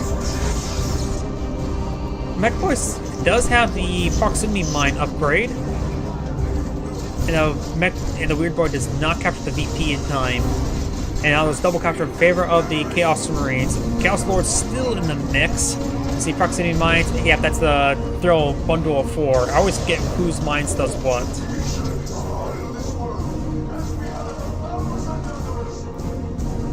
Chaos Marines are falling on back. Perhaps eyeing for a little bit of healing. It's just only sluggers, though. Now there's triple capture in favor of the Chaos Lord. The Chaos Lord The Mech Boy needs to start capturing a point immediately. Warchuck's coming over here, wounded, but needs to capture 2 points immediately. At least get 2 points decaptured. But that triple capture is ripping apart, and now with the Bloodletters teleporting forward, the Mech Boy does not have full health, about 80% health, but now is down to half health. 25% health does get the point decapture in time, but Galaxy Burn does activate, knocking back all those forces. The Wartruck's at the other VP, so that's being captured up. Bloodletters are trying to capture the point, but does go vulnerable right there. Looks like the Mech Boy does get fully killed. Slugger's trying to tie up the Chaos Lord up in melee now. Warner's pushing their way forward as well. Chaos Lord still seeing quite a bit of fire there, falling back with these squads now. Chaos Lord does get some great knockbacks there, capture up the point. The Chaos Lord does go down, good bomber coming out by the Weird Boy. The Orcs are down to 12 tickets, but now let's capture against the Chaos Marines. The Chaos Marines has very little tickets remaining as well. He needs to get over to where those points start decapturing immediately.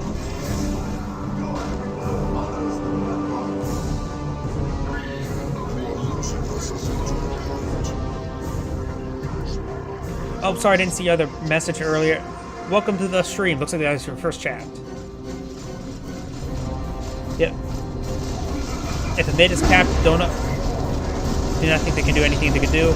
Yep, the center points to capture the Chaos Lord is out of tickets now. This is Angrade saying thank you for watching and signing on. And on to the next replay. Though I do need to make a quick restroom break. I'll be right back.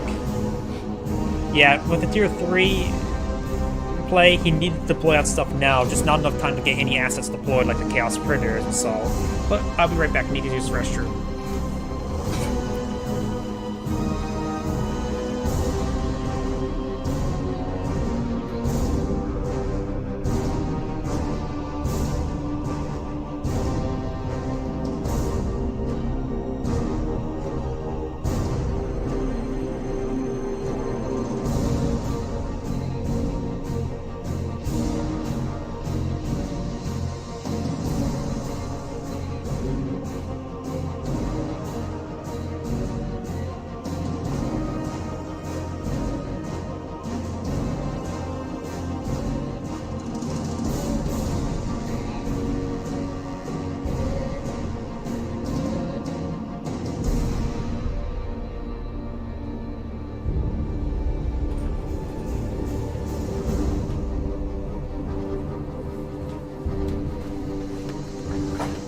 Okay, I am back. Let's go for a 2v2 now. Do have a couple 2v2s. I feel like now is a good time. I'll just switch over to the 2v2 format so I don't cover up the, what's it called? Menu? Yeah, let's go for this one here. Looks like the double Tyranid versus Imperial Guard and Chaos.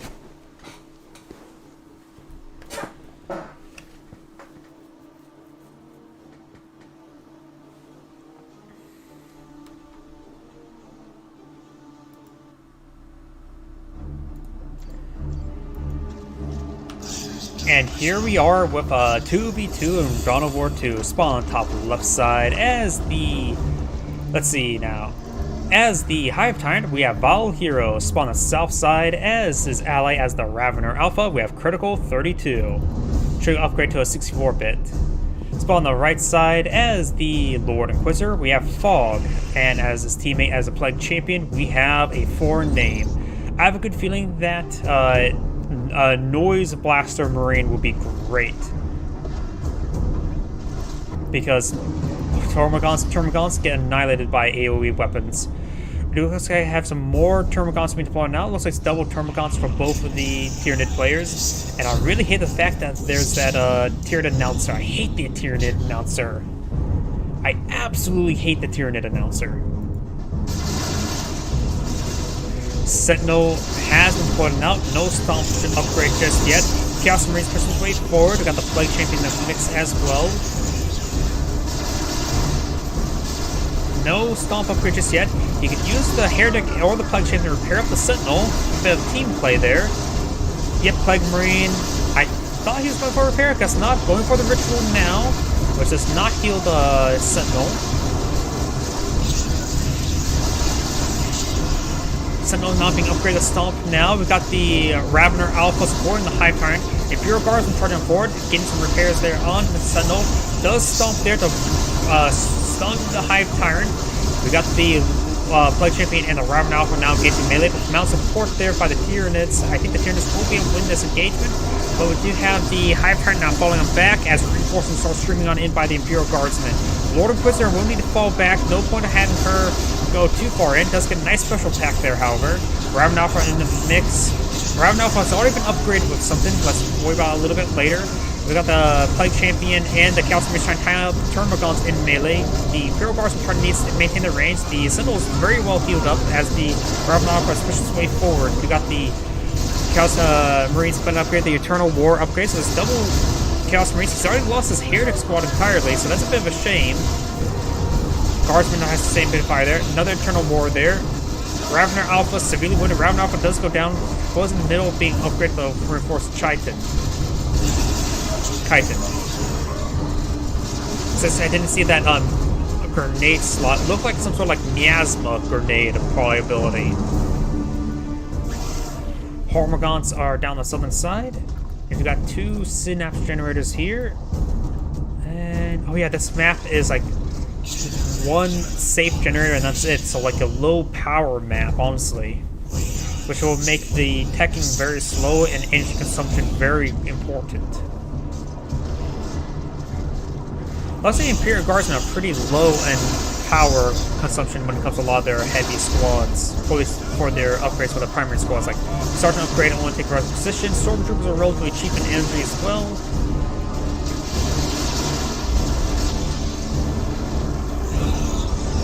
While Blazer pushes and defends power, that makes sense. There is a power generator up here as well. Only 1 generator at the moment. Does detonate one of the models there, forcing back the Termagants. We got Ravener Brood to support up the Hive Tyrant. Oh, is there 2 power points very close? I mean, take a better look at the map. Yeah, this power point probably can be deployed out. It's a bit vulnerable, such as this power point here. Maybe I look at the map wrong. I need to look at the map a bit better. I never really have time to look at the map sometimes. The Chaos Marines are seeing a bit of fire there. Does do a ability there. Need to look at the Hive Tyrant's upgrades. We do have the Rending Talons, which grants a full squad wipe there. Loses Heretic once more. Rending Talons. Yep, I can see both PowerPoints here. I just sometimes I look gravitate left. It looks like it's this PowerPoint and this PowerPoint. There's the PowerPoint, and they've got another one over here. So yeah, so there's 2 PowerPoints on both sides. Good flamer burst there by the Imperial Guardsman, but does have the hole nearby. 1 synapse generator does go down, but we do have a heavy weapons team.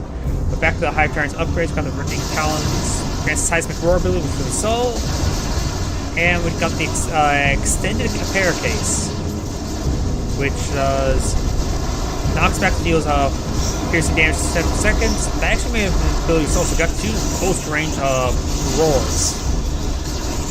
And we've got the Toxic Miasma, which grants is basically a poison grenade, and Reinforced Triton, which slows hits around the Ravener. Very nice. Imperial Guardsmen are falling on back, so is the heavy weapons team. Sentinel's almost down.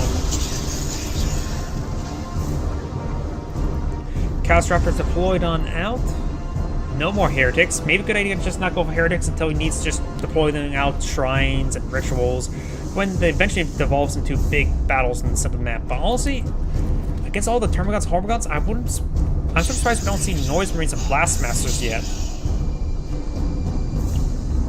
Well, Blastmaster is actually quite understandable not seeing just yet, but Noise Marines, in my opinion, are pretty good. Raptors, in my opinion, they don't scale all too well. Of course, they're not upgraded anything just yet. We got Plague Champion upgrade with Mucus Discharge, so gives them good AoE heal. And Filtered Armor. Grants Unholy Snitch ability, which deals 4 piercing damage and 300 courage damage every 2 seconds for 8 seconds around the Plague Champion for 15 seconds. It's a pretty good suppressive ability. Raptors pushing the way forward, does receive that one of the roar abilities. That may have been Seismic Roar. Raven Alpha does jump on board, gains some great damage there on the Plague Champion. Chaos Marines both been upgraded to look for a head up there for Eternal War, but no plasma guns just yet, nor chain axes. Sentinel gets a nice knockback there, knocking back all those Termagants and Hormagaunts. Raptors are still in the mix of everything. Raven Alpha trying to engage these Imperial units. And the Warrior Brutes now falling on back. We've got the Hive Titan now making its way forward. Does get a nice knockback there onto the Plague Champion. Over here, we've got a good damage there. Aspen says thank you. That's one of the Tyranid players. I think he may have lost a hero and revived him. No, he did not. Not sure what place says thank you for. Plague Champion has the private fire there. Needs to start charge. Probably not sure how much energy it takes. But Paul needs to utilize it to get some good healing. Sentinel still advancing, quite wounded, however, still. Tier 2 being researched by the Inquisitor, Lord Inquisitor, and the Ravener Alpha. The Sentinel will need to fall back, severely wounded, and will be repaired up by the Plague Champion. Very nice. Up north, we've got the Raveners eyeing for a nice flanking run, perhaps eyeing for the VP. We've got Power Generators here, even one from the Plague Champion.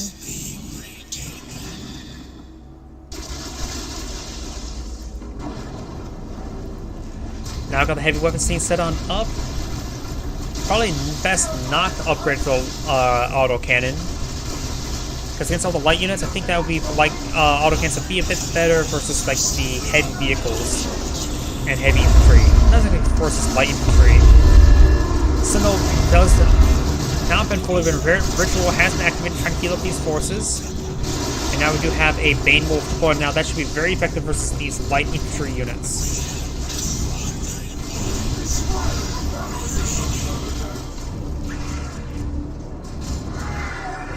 Got a Venom Brood being plotted out, which is going to be very useful in engaging that Bane Wolf. Sentinel's advancing as well. Bane Wolf's over here.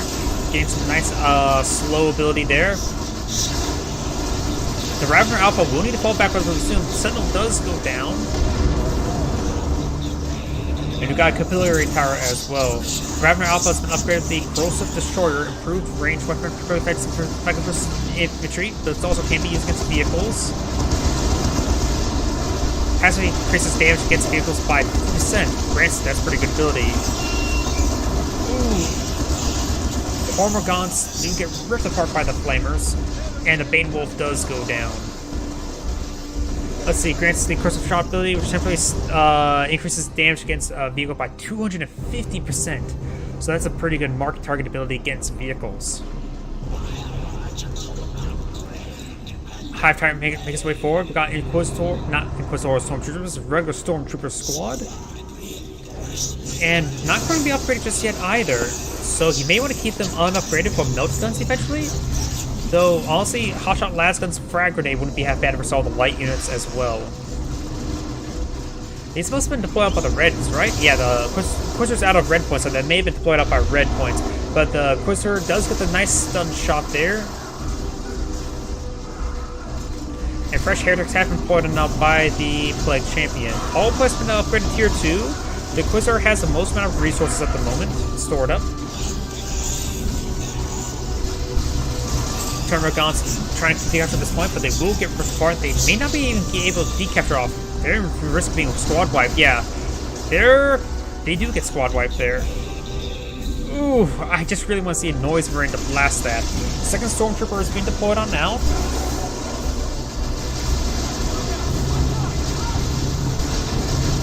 Heavy weapon team getting ripped apart there. The heavy weapon teams just get a move and wiped out.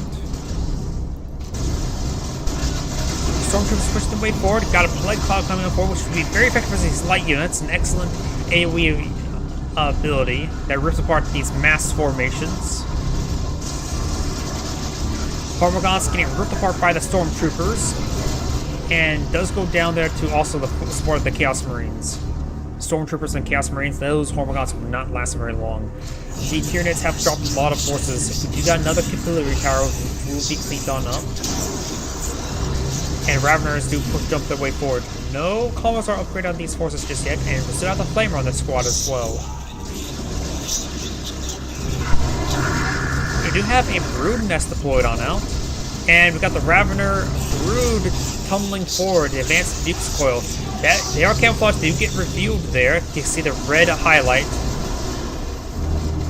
And I jump on top of these Stormtroopers. Stormtroopers need to start splitting themselves up. It does have the melee weapons on the Raveners. One of the Stormtroopers do get knocked back there.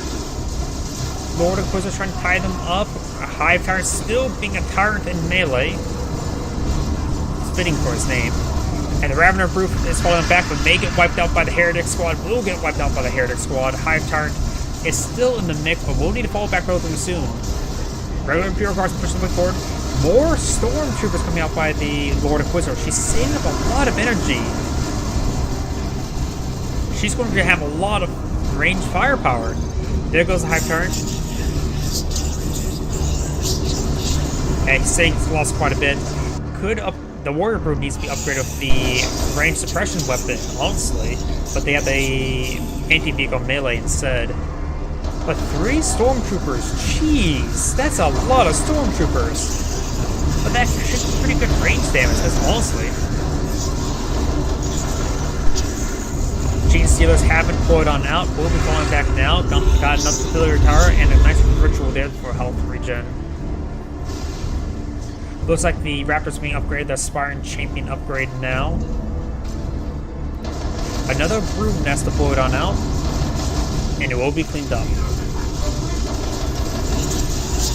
Anti-vehicle melees on the Warrior Broods could do some good work in, but gets a nice knockback there with the Dreadnought. Does get to tie these guys up in melee with the Slaanesh Pulse. I'm not sure how else to describe that. Any upgrades of these Stormtroopers? They're all unupgraded Stormtroopers. So both players going for tier 3.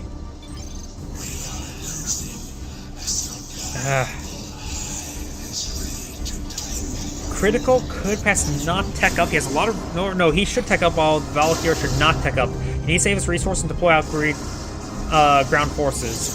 Stormtroopers... 3 Stormtrooper squads are here. One of them has overcharged hotshot las guns. 2 of them have as well. The last one is not being upgraded with anything at the moment.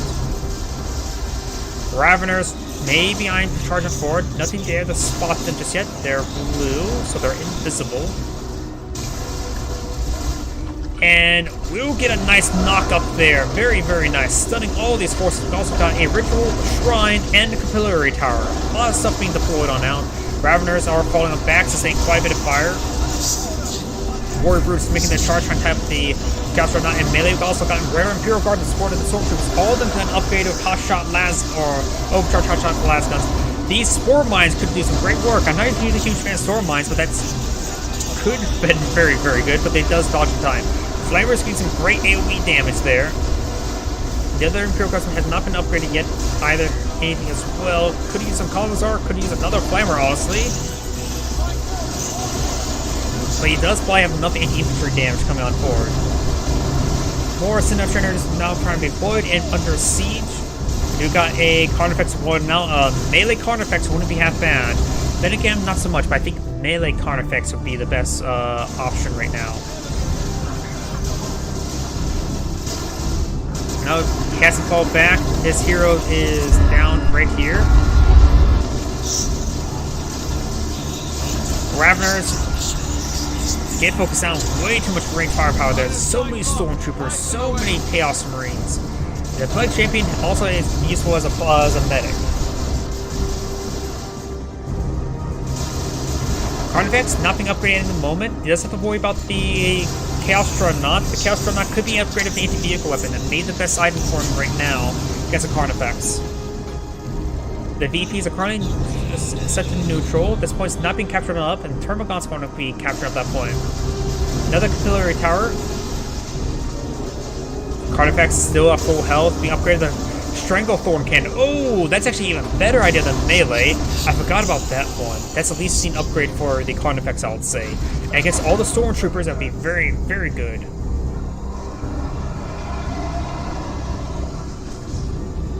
Carnifex deployed on by both players. Now we've got heavy quote-unquote vehicles. The shrine will get overran, of course. This point is being captured on up. Over here, we got the gene stealers stealing the genes of that power generator.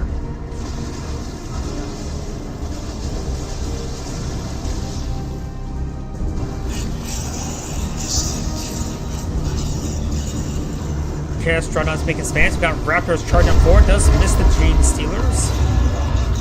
And we got the Zinch upgrade there on the Chaos Dreadnought. These Gene Stealers are probably a little bit too far forward, but getting some great health regen there. Stormtroopers pushing away forward. Carnifex fires, getting good hit there on those forces. Stormtroopers are a good, juicy target there. Gene Stealers will get wiped out by the Stormtroopers. This Carnifex is not upgraded anything at the moment. A melee one wouldn't be half bad as well. Though even the Venom Cannon wouldn't be half bad with the Bioplasma ability for some light artillery. I think it may have stopped the upgrade there, now being re-upgraded. The Marcus Zinch. Marcus Zinch has been upgraded.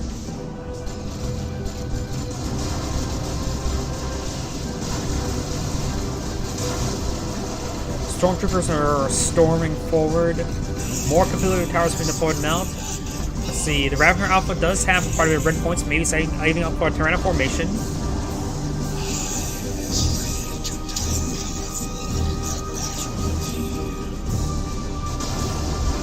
Let's see, the Fexes, a Carnifex is going to just stand next to there and exist. Perhaps they're not deploying out a lot of any counter units, that's for sure. Though the Lord Inquisitor has a lot of resources stored up, going for a Baneblade of some sort, I'm assuming. A Baneblade. Chaos Raptors have been upgraded with plasma gun, or not plasma guns, melta guns. And Carnifex is still pushing some range damage in. This Carnifex has been upgraded to the melee variant, so this is the melee, that's the anti-infantry. This gets some great suppression now. I think he's force firing the ground there to extend his range a little bit. Got the ritual being activated, gets some good health regen. Stormtroopers camouflaging forward, but do run out of energy, nailing the Rippers. And the Lord Inquisitor is still in the mix as well. Lord Inquisitor is still unupgraded.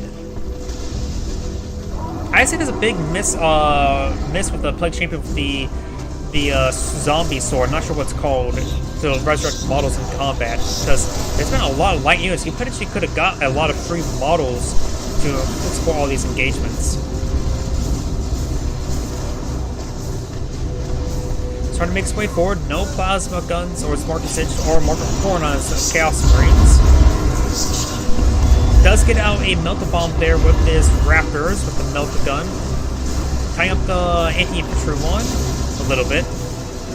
Termagant's getting ripped apart by the Stormtroopers. Stormtroopers are eyeing just to hit these infantry. The Carnifex are having trouble being slowed down by that Melta Bomb. Tyranno formation being activated. This could annihilate the Stormtroopers if it hits. No, it does not. But good damage all across the Chaos Forces. It does pick up that Chaos Transom Sentry Gun. Warrior Brews charging on forward using the anti-vehicle melee weapons against the Dreadnought, but the Warrior Brew is getting annihilated. Stormtroopers are pushing way forward. We got a Lictor to support out the Ravener Alpha. Does activate the ritual on the high ground. Needs a health regen as super much. It is the Baneblade. He does fall back for all these forces. Rituals, Heretic still very much alive, getting a heal on something on the Chaos Dreadnought. Victor Alpha is trying to hit that Chaos Dreadnought. Cormagons are raining on in. Tying up the Heretics. Does detonate one of the models there, but the Heretic needs to fall back. He needs a health regen and repairs for the Dreadnought. And Heretics will manage to escape on out of there. Rippers, of course, get ripped apart. Their name is meant for themselves and not their opponent. Yep, just a normal Baneblade.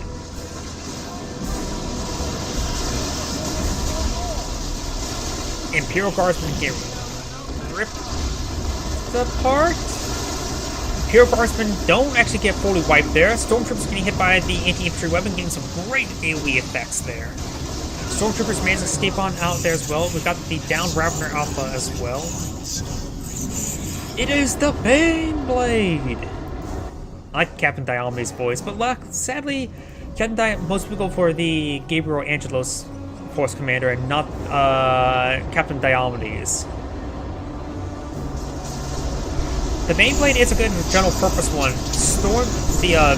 The Stormblade is good for reinforcements, while the that's the plasma one. Storm Lord is a good reinforcement one and good against infantry, and the Stormblade is great against mass infantry. But the Baneblade's a good general purpose one, which can be useful against card effects, as well as Demolish can hit the infantry. So it's probably the best one out of the group in this current situation, honestly, because they're lacking a lot of anti-vehicle. The Baneblade started to make its advance. Imperial Guardsmen still trying to hit this on these points here, but looks like one of the Imperial Guardsmen squads did get fully wiped there, so this one must stay alive and must escort the Baneblade for repairs. We've got the Chaos Portal being summoned in by the Plague Champion. Carnifex charging on forward. And the Xenotrope does go down. The Guardsman hasn't been retreating back, not really microing it all too well. The Guardsman squad does get wiped out, so we'll need to file another Guardsman for repairs or rely on his teammate. Carnifex here will get wiped, will likely get wiped out, getting hit by the Nova Guns and the Dreadnought. This Carnifex is also severely wounded. That's the infantry one, so it's not something great for the Baneblade. Carnifex getting some great hits then, but the melee Carnifex will go down. The Baneblade is charging him forward. And we also got a Chosen Plague Marine squad. Maybe. The Demolisher Cannon rolls a big nest there. The Termagants are getting severely wounded as well. Look at the, but look how many ticks left the Imperial Guardsmen have left. Or the, not Imperial Guardsmen, non-Tyranids, the humans have. Not a whole lot of VPs. So it's still a VP game. They still can go either way. But we've got the Chosen Plague Marines here, which can get some free models in the mix as well. Heavy melee squad. We've got a Swarm Lord deployed now. Swarm Lord's an interesting option. This Carnifex is still alive, but severely wounded. The Tyranids do have some VPs to trade in for some time, but not a whole lot.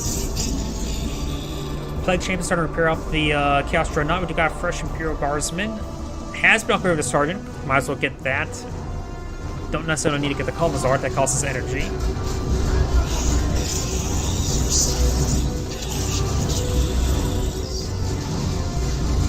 And the Termagant squad may get fully wiped there. Yeah, Termagant fully goes down there. Hive trying to capture the point. I'm not so sure what sort of shield ability that's there. I think that's a global ability of some sort. He's not sustaining any sort of damage. But there you go. As the shield ability starts wiping off, he gets fully killed.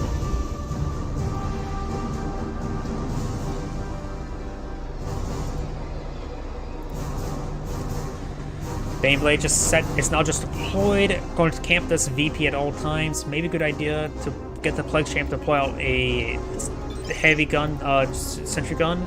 Maybe deploy out a Shrine there with the Chaos Heretics over here. Stormtroopers trying to capture at this point, very nice. And is that a Valkyrie run? That is a Valkyrie run. Distracting. And that's a double Valkyrie run in that same location. Nearly wipes out entire Termagant there. Gets reinforced there by the Swarm Lord. Remember, Swarm Lord is a forward resource point for Tyranids. Good Incendiary run there. I know Tyranids, you can't reinforce off the Swarm Lord if you're not a Tyranid, but can a Tyranid ally reinforce off the Swarm Lord? Does decapture that point, so it's a double capture against the Tyranids.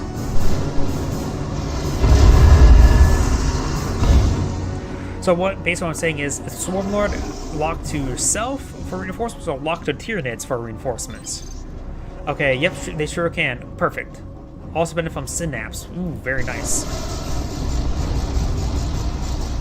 So double Tyranid makes sense, being affected by teammates Synapse and other Swarm Lord abilities. Very nice. Look there, jumps on in, does get spotted by these forces, and the got Purgatus being activated there. Gains great hits there, knocks down the Lictor Alpha. Carnifex with the anti-vehicle Carnifex, or anti-infantry Carnifex, going from melee, trying to get some good damage on the Beyblade. The Beyblades can see a bit of fire there. And the Mortal Inquisitor's going to recapture the central VP. Got a capture against the humans. But only a single capture, and this point will be recaptured. This point's being recaptured as well by the Chosen Plague Marine. They should be able to survive the planetary transformation, but no! It does go ahead and stop the V capture there, and the northern point is being stopped being captured by the Tyranno formation. No, he does actually capture it up entirely. He does manage to save it.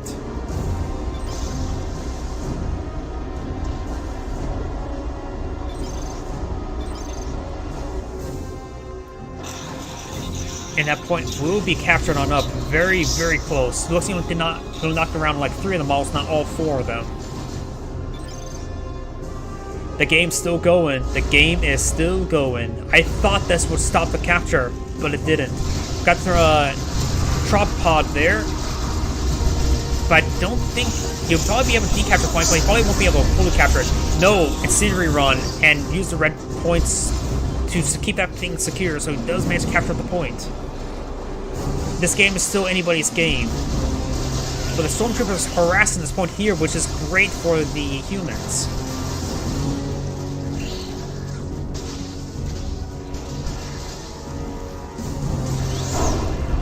More Stormtroopers being deployed now by the Lord Inquisitor. And you got the Purgatus facility. What's that? Massive... Yeah, that's a massive stun and damage. It's a powerful ability, that's for sure. Tyranids down to 70 tickets. This point is being decaptured, and that point being wait, it's just a single capture. This one has also been decaptured. Called in more orbital reinforcements, but does manage to kill them off quickly as well.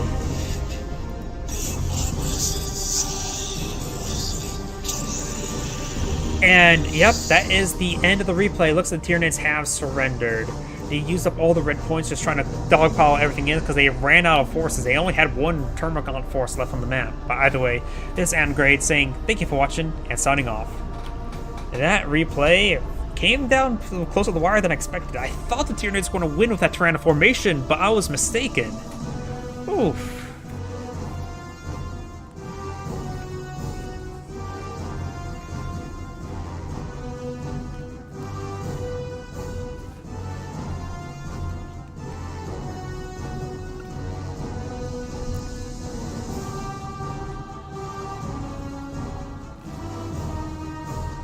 Let's head to the next 2v2 as my game starts loading.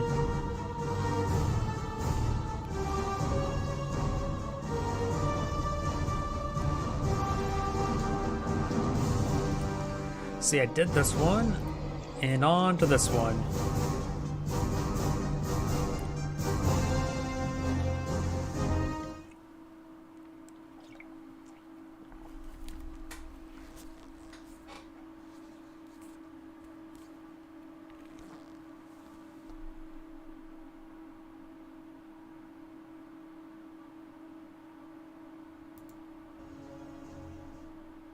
And usually the music carries over like that, it stops the music from playing. So let's go and restart the game. I do prefer the music playing. It does add quite a bit.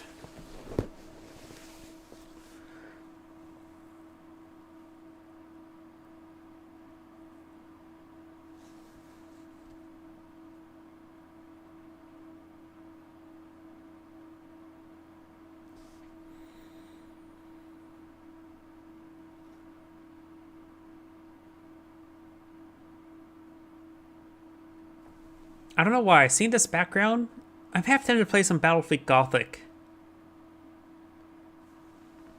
Maybe I will do that over this weekend. Apparently on YouTube now, I am able to do posts now, even though I don't meet the minimum requirements of number of subscribers.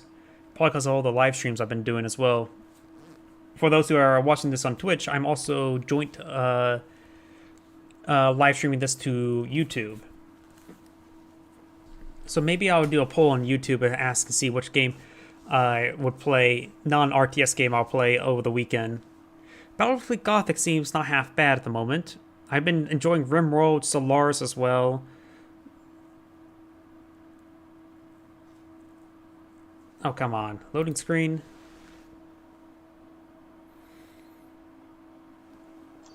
And there we go.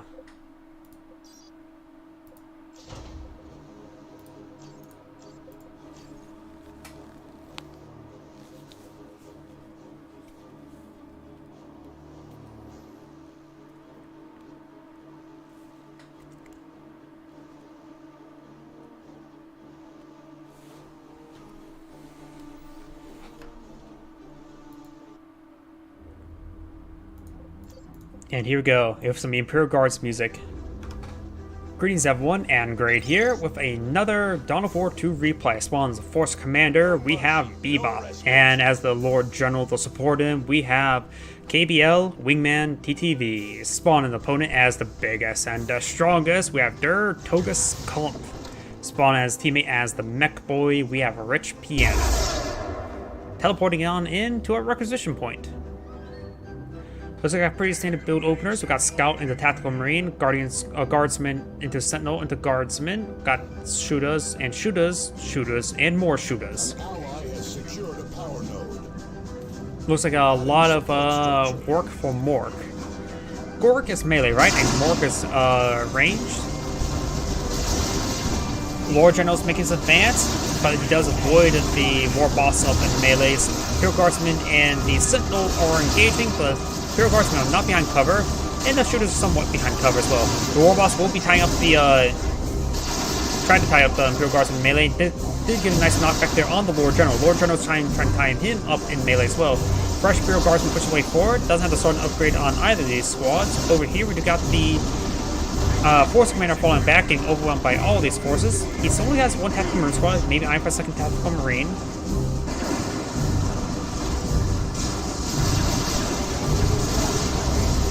Question: musical instrument or the person in the game? We got the Mech Boy teleport behind the heavy cover there, very nice. War Boss is taking quite a bit of fire.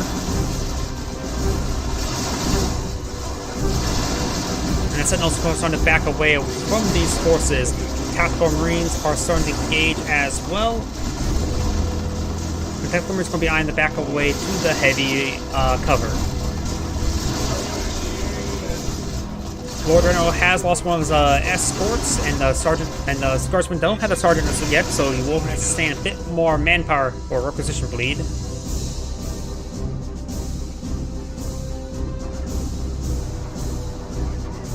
Okay, Gork is brutal but cunning, while Mork is cunning but brutal. Got it. Perfect sense.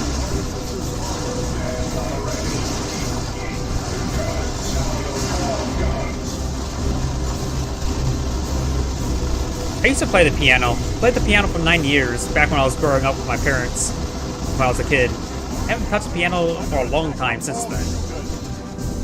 Force Commander has been upgraded with the Artificer Armor, increasing health regen, and energy. Basic armor. Good tier 1 armor, basically. Sentinel has been upgraded with the Stomp, and they started upgrading on this Imperial Guardsman as well. Both squads have been upgraded to Sergeants. Force Commander charging on forward.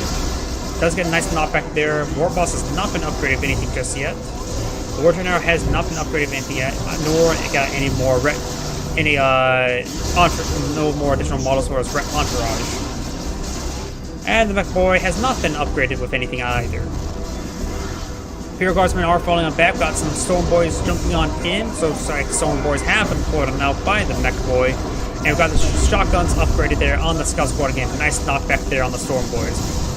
Imperial Guardsmen and the Lord General's making his advance as well.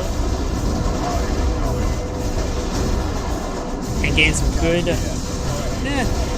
Storm Boys don't get any stun or knockback until the Knob Leader.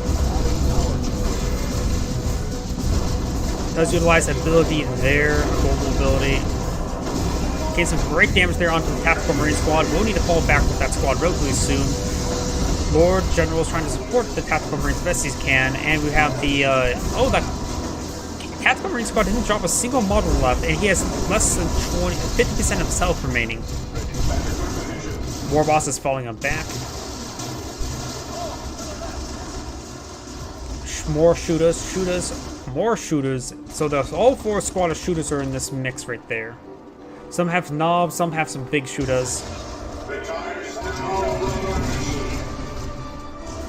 Knockbacks resist. I'm not. Oh, talking about Storm Boys. Yep, Shooters getting some good. Oh, Casual Devils having deployed now. It's one of those grenades from.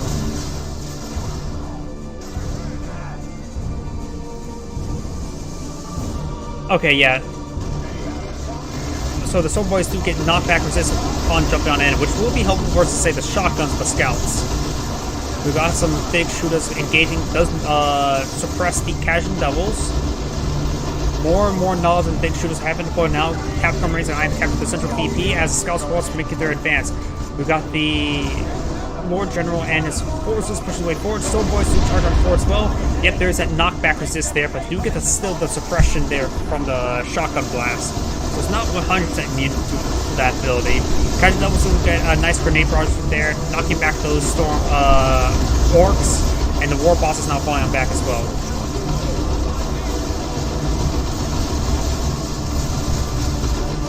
Forces and the shooter squad will be falling back as well, but you got this guy still in some light cover and heavy cover, thanks also to the tank traps and to the craters from the Casual Devils.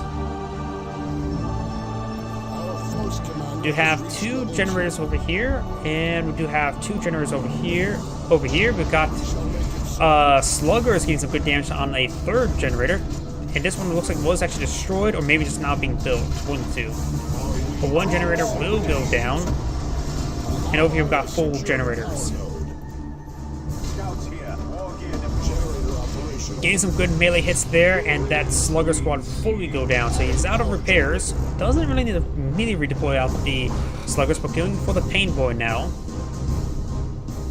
And Storm, wait, yeah, these are Storm Boys. Down here we do have some Ludas. Is there a... Oh yeah, it looks like we got the boss pole. That pole designates him the boss. Now no big question that he's the big boss.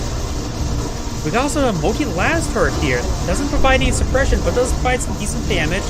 Casual Devils do get some nice knockback there on the Sluggers there by a shotgun blast. And as I said, thank you. Looks like the neck boy was actually knocked down right there. Sluggers getting overwhelming the Imperial Guardsmen. The Imperial Guardsmen may be actually trying to stay in melee to prevent him from burning down the turret. And he's going to start burning down the turret now. Lord Governor or Lord General is being upgraded the Flak Jacket, which is one of the few heroes that don't have the Capella Pace armor. Maybe he does.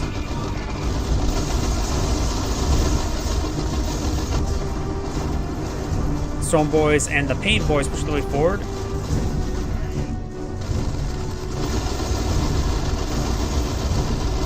Looters and big shooters are in this, providing some great damage in. Ready to serve, brother.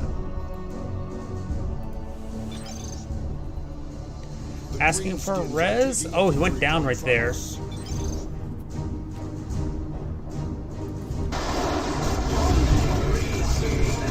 Yep, you do. Yep, you knockback resist. Definitely confirmed there. But still receive suppression. Speak about suppression, there's some suppression.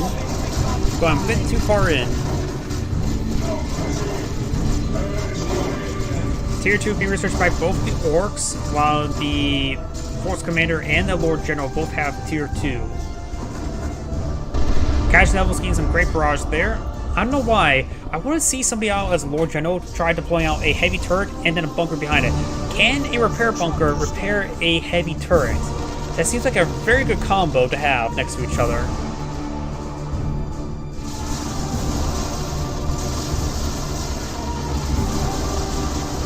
Flak Jacket. Decreases range savings taken by 30%. Very nice. By nearby infantry. And makes immune to knockback. Okay, that's the incoming ability. That must be the incoming ability there. Lord General has sustained quite a bit of fire there. Oh, got, taking the follow, Greenwood 7791. The Lord General does have a Primus Psyker deployed on Al, gains some good damage on it. That may have been a Primus Psyker ability, not the Lord General. Casual Devils and the Imperial Guardsmen are sustaining quite a bit of fire that need to fall back. Does fall back in time. And these forces will manage to fall on back. Up north, we've got the Lord General Force Commander, blah. Up at the Thunderhammer, as well as the Sacred Standard. Draft Strat being upgraded with the Burnin' and Blitz. And behind us pursue these forces. And he probably will be able to get them pursued. It does fall back to these forces as well. Yeah, so it looks like the Force Commander's falling on back entirely. We do have reinforcements coming on out over here. He's not super low in reinforcements. Or resources. Blah, I can't speak today. And we do have 2 Tactical Marine Squad. Looks like both of them upgraded plasma guns. We've got Devastator Marine eyeing for perhaps a las cannon upgrade. And is he missing? No, he's hitting this back one here. The Knob Leader will provide some good anti-vehicle or anti-building damage there. It headbutts the building. Clearly that's where his anti-vehicle damage comes from. It comes from his head and not from the big maul, chain maul. Storm Boys do jump on in, get a nice stun there on one of the Tactical Marines. Chaos does get a nice knockback there onto the Storm Boys. And the Pain Boy may actually get fully wiped there, down to 7 health, 2 health, 0. Oh no, it does get actually healed there by the battery pack of the Mech Boy. So the Mech Boy managed to save the Pain Boy at the last moment. Storm Boys are now falling back, sustaining quite a bit of fire as well. Force Commander charging on forward, does have the Power Fist now upgraded, trying to nail that Death Dread. And does manage to fall back now. Plasma guns could do some good damage in against the Death Dread, but the Death Dread's going to just fall back. Las Cannon is actually set up, getting some great damage there on the Death Dread. Down south, we do have the shooters getting some great damage on the Power Generator, so we've got full generator bashing here.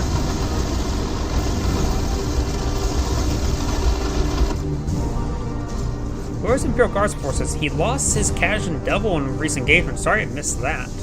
But we do have some Ogryn being deployed on out. The Force Commander has quite a bit of resource stockpiled up. He may be eyeing Protect up. Against the number of light forces at this point they have deployed, Land Raider Redeemer wouldn't be necessarily half bad. Ooh, got that Sparky ability. I'm not sure what it's called. No upgrades on the Weird Boy just yet. And a good hit there as well. There is the incoming ability deployed on out by the Force Commander. Over here, we do got the War Boss charging forward. Still has a War Boss full, no other upgrades just yet. And the War Boss will be falling on back. Mech Boy is still down. I think the War Boss was trying to resurrect him. There's Primus Psyker ability. It does take out one of the Lord General's Stormtroopers. Does get a nice knockback there. Does stop the power requisition point from being recaptured up. And now hitting that Weird Boy significantly thanks to the Imperial Guardsmen. Over here, we got reinforcements being deployed on out as well with his 2 Tactical Marines. The Stone Boys do jump on in on top of the last cannon Devastator. Of course, the last cannon Devastator still could be useful versus Death Dread, but Death Dread's charging on forward with no health. Great attack there by the Force Commander. Over here, we got the shooters pushing their way forward, forcing back the Tactical Marine squads. Primus Psyker getting some damage in, but the Primus Psyker will go down. We got some suppressive fire there coming on the sluggers, as these shooters are getting some good damage in as well. We've got the Ogryns now deployed on out, getting suppressed there by the shooter's big shooter ability. I think it's called Daka Daka Daka. And Ogryn's getting ripped apart. If the Bonehead Sergeant doesn't get completed there, it does go down. The Imperial Guardsmen have lost a lot. Ooh. He needs perhaps some Stormtroopers at this point in time.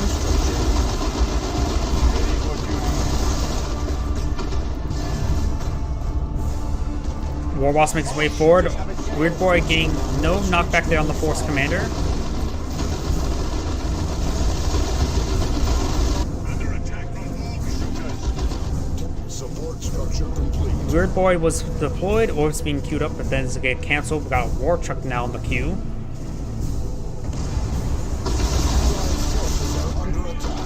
Multi-las turret is not really that useful, honestly. It doesn't have any source of suppression, so he's able to just walk past and start gunning it down. Imperial Guardsmen receiving quite a bit of damage there from that sparky orb thing, but not a whole lot actually. Maybe I need to repair up that turret. No, he does not start repairing it up. Probably should start yeah, he's starting to repair it up now. Lord General's making his advance. No other upgrades on the Lord General just yet. So let's deal with these Ludas. Tier 3 vehicles by the Force Commander. Likely going for either a Terminator or for a Land Raider, I'm guessing. It's pretty far away from powerful Land Raiders, so I'm guessing Terminators. Though honestly, a Plasma Cannon Devastator wouldn't necessarily have to be half bad. Is that Creeping Barrage? Yeah, Creeping Barrage now coming on in. Over the left side, we do have the Force Commander charging on forward. Scouts eyeing past a Shotgun Blast or a Grenade. Nope, neither.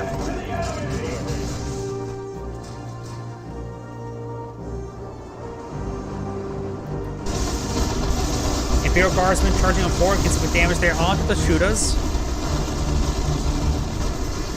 And still have the multi-laser turret fully repaired, but Warner's going to just rip them apart. And it's going to be tied up in melee, and that turret's going down. Up here, we got the Tactical Marines pushing the way forward. Las Cannon setting on up. We'll get some good hits there on the War Truck. No, he does not. War Boss pushes his way forward, and Ludus is suppressing one of those Tactical Marines. Generators being bashed once again. Well, pair of generators there. That's a horrible idea with the Flamers nearby, because the Flamers could have quickly destroyed them if the AoE damage was just right.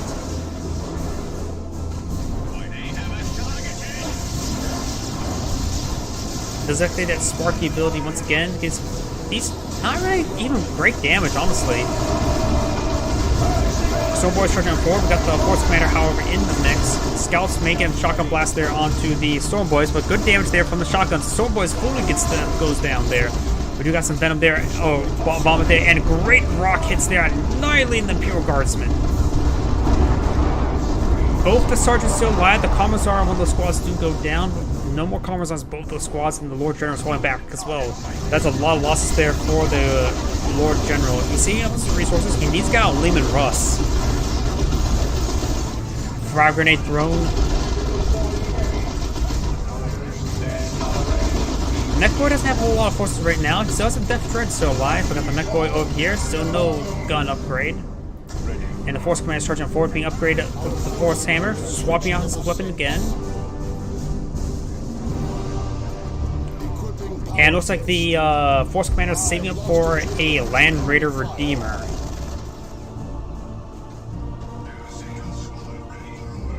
Land Raider Redeemer will be effective versus these light infantry units, the two gigantic flamers. And great, more gen actually coming out for the Orcs. Very, very nice. Last can try to set up a good angle, but he does stomp away. Lehman Russ deployed on out. That may have been by red points. Yeah, he's low on red points, so he does deploy out a quick Lehman Russ. Now, Lehman Russ could be upgraded with the Executioner turret. I think the Executioner turret will be the better turret for right now. Does utilize the incoming ability there.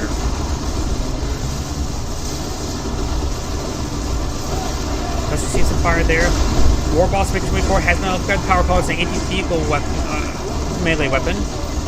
But the War Truck does go down all the mix. We got the Lehman Russ and upgraded Executioner cannon. There's a lot of light units for this Executioner turret, so it's a great high DPS weapon against these forces. Looks like something's been called in there. I think that's... not sure what it is. Actually, we got the Mega Rumble ability. I haven't actually seen that one before. And it's still going on. It grants just a long duration earthquake there, apparently. Knowledge of the anti-vehicle melees. Getting some good hits there onto the Executioner turret of the Lehman Russ. Mech-Boy does teleport away. Knob still charging forward. Has to avoid these weapons with the Lehman Russ. Land Raider Redeemer about ready to be fully deployed. So has plenty of requisition remaining. It's a good idea to get out some more generators on his teammates' point as well.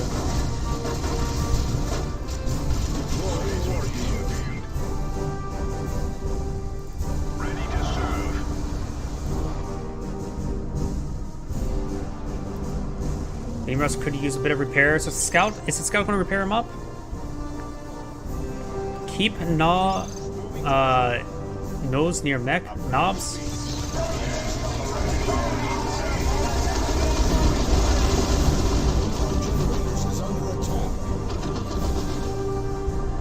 Allied units at my position.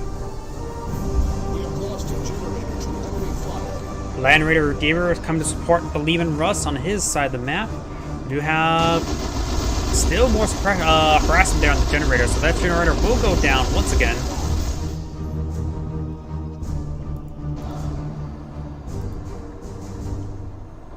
At this point in time, I think the heavy turret support up of the Lord General wouldn't be half bad. The enemy is capturing one of our strategic points. Assuming they can hold the line. Can't get overran easily though. But both the human players do have a lot of AoE weapons for next engagement. Should be very soon.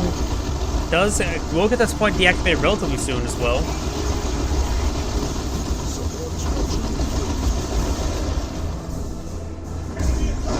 Executioner comes on the flank, does throw some rounds onto the high ground, but the heavy flamers coming on in.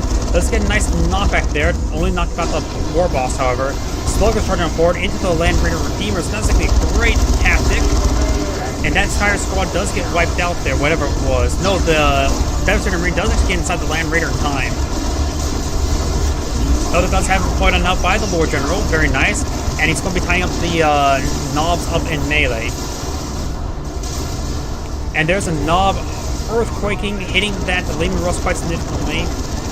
Knobs are, however, only engaging the Imperial Guardsmen and not the Lean Russ. And the gigantic flamers of the Land Raider Redeemer getting some great damage there onto the knobs. Knobs haven't dropped any models just yet, but they're severely wounded. Does drop a model there now. Lord General does go down. This point, Central Point has been deactivated. Another Knob squad is being deployed now, but this time by the Mech Boy.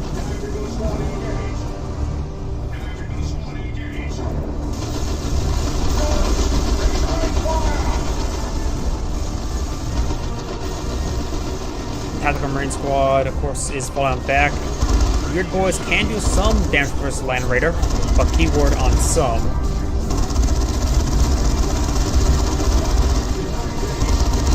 Devastator squad did fully go down in one of those engagements. Fast tried to bail it out, and they got picked off when he was evacuating out the Land Raider. Or maybe he got inside and died at 0 health inside of the Land Raider, and when he popped out, he died. That may have been a possibility, honestly. What if that was actually possible? Fortifications are under assault. OVA requisition points still being harassed, and still harassing the power points as well. Cadian Carson squad being deployed on out. Going for a bunker, repair bunker to spoil out the Land Raider wouldn't be half bad. Oh! As I was saying, wouldn't be half bad, and here is a bunker. Victory point secured. The structure under our protection has been destroyed. Orc generators may be under siege relatively soon.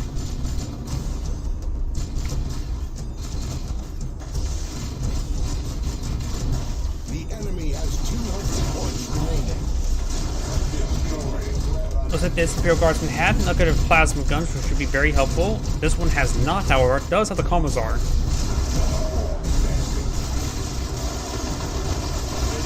The Orc forces are starting to make their way forward. These forces will need to fully retreat. They're currently hitting the generators, which is not really... It's somewhat important, honestly. Imperial Guardsman gets annihilated by all these knobs. Execution turrets getting some damage in. Looks like the Mech Boy is there, getting a nice earthquake there, which apparently even knocks up the Leman Russ.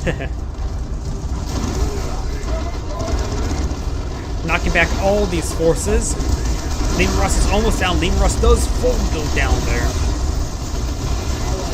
That is such a great ability. Great, it's a crowd control effect. We got, of course, have a Terminator Assault Squad upgrade with Lightning Claws, which should be very effective versus Knob Squad. But the Terminators are receiving quite a bit of fire, and the other Knob Squad still at full health, while the other one's down to like half health. Cadian Carson Squad will need to fall back. Those decide to sprint away, being up for the sergeant now. Got shooters on the flank as well. Got the bunkers on the region. And the force commander is fully healed. And there's actually, this bunker is actually ready to explode, but does not get the explosion out there. It does actually go down. Detonated prematurely, I think. Knob Squad could get ripped apart by the Land Raider Redeemer. Does go down the Land Raider Redeemer. War General is being redeployed, has still its melter guns. Location secure. Adding support structure. The Orc players may be casting in GG relatively soon.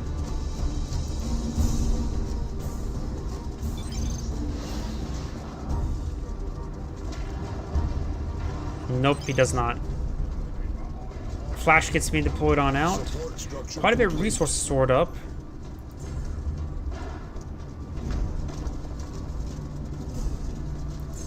Up north, we've got these forces pushing way forward, trying to hit some do some gen bashing.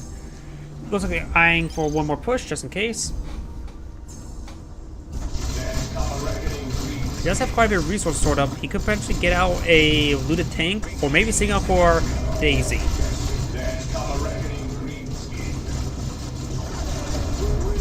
The Orc battle wagon, I should say. Does retreat away from the earthquake. Has also been upgraded with the super tough beam. It should be pretty good for knobs, making them 40% more damage resistance and immune to knockback suppression. That'd be really good for knobs. Force Commander's falling on back as well. Finished as a prayer unanswered. Beamy Death Gun has deployed on out. Oh, I hear Melter Guns. Does deactivate the point once again. At this point, maybe a good idea for the Lord General to get out some more gating Kartian squads.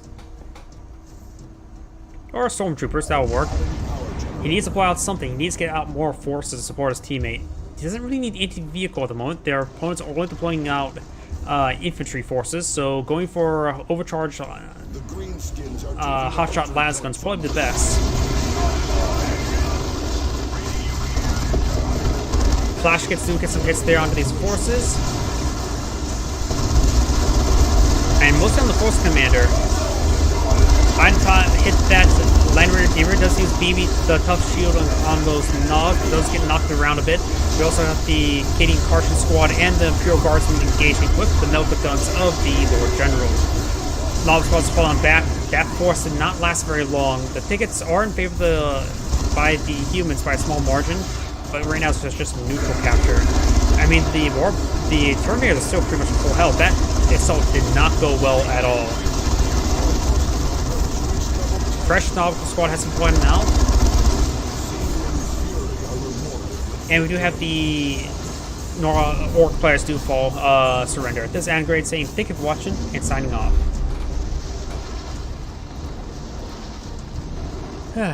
And that's probably going to do it for me tonight. I'm getting a bit exhausted. I just haven't had a whole lot of sleep lately, so I'm going to end the stream now.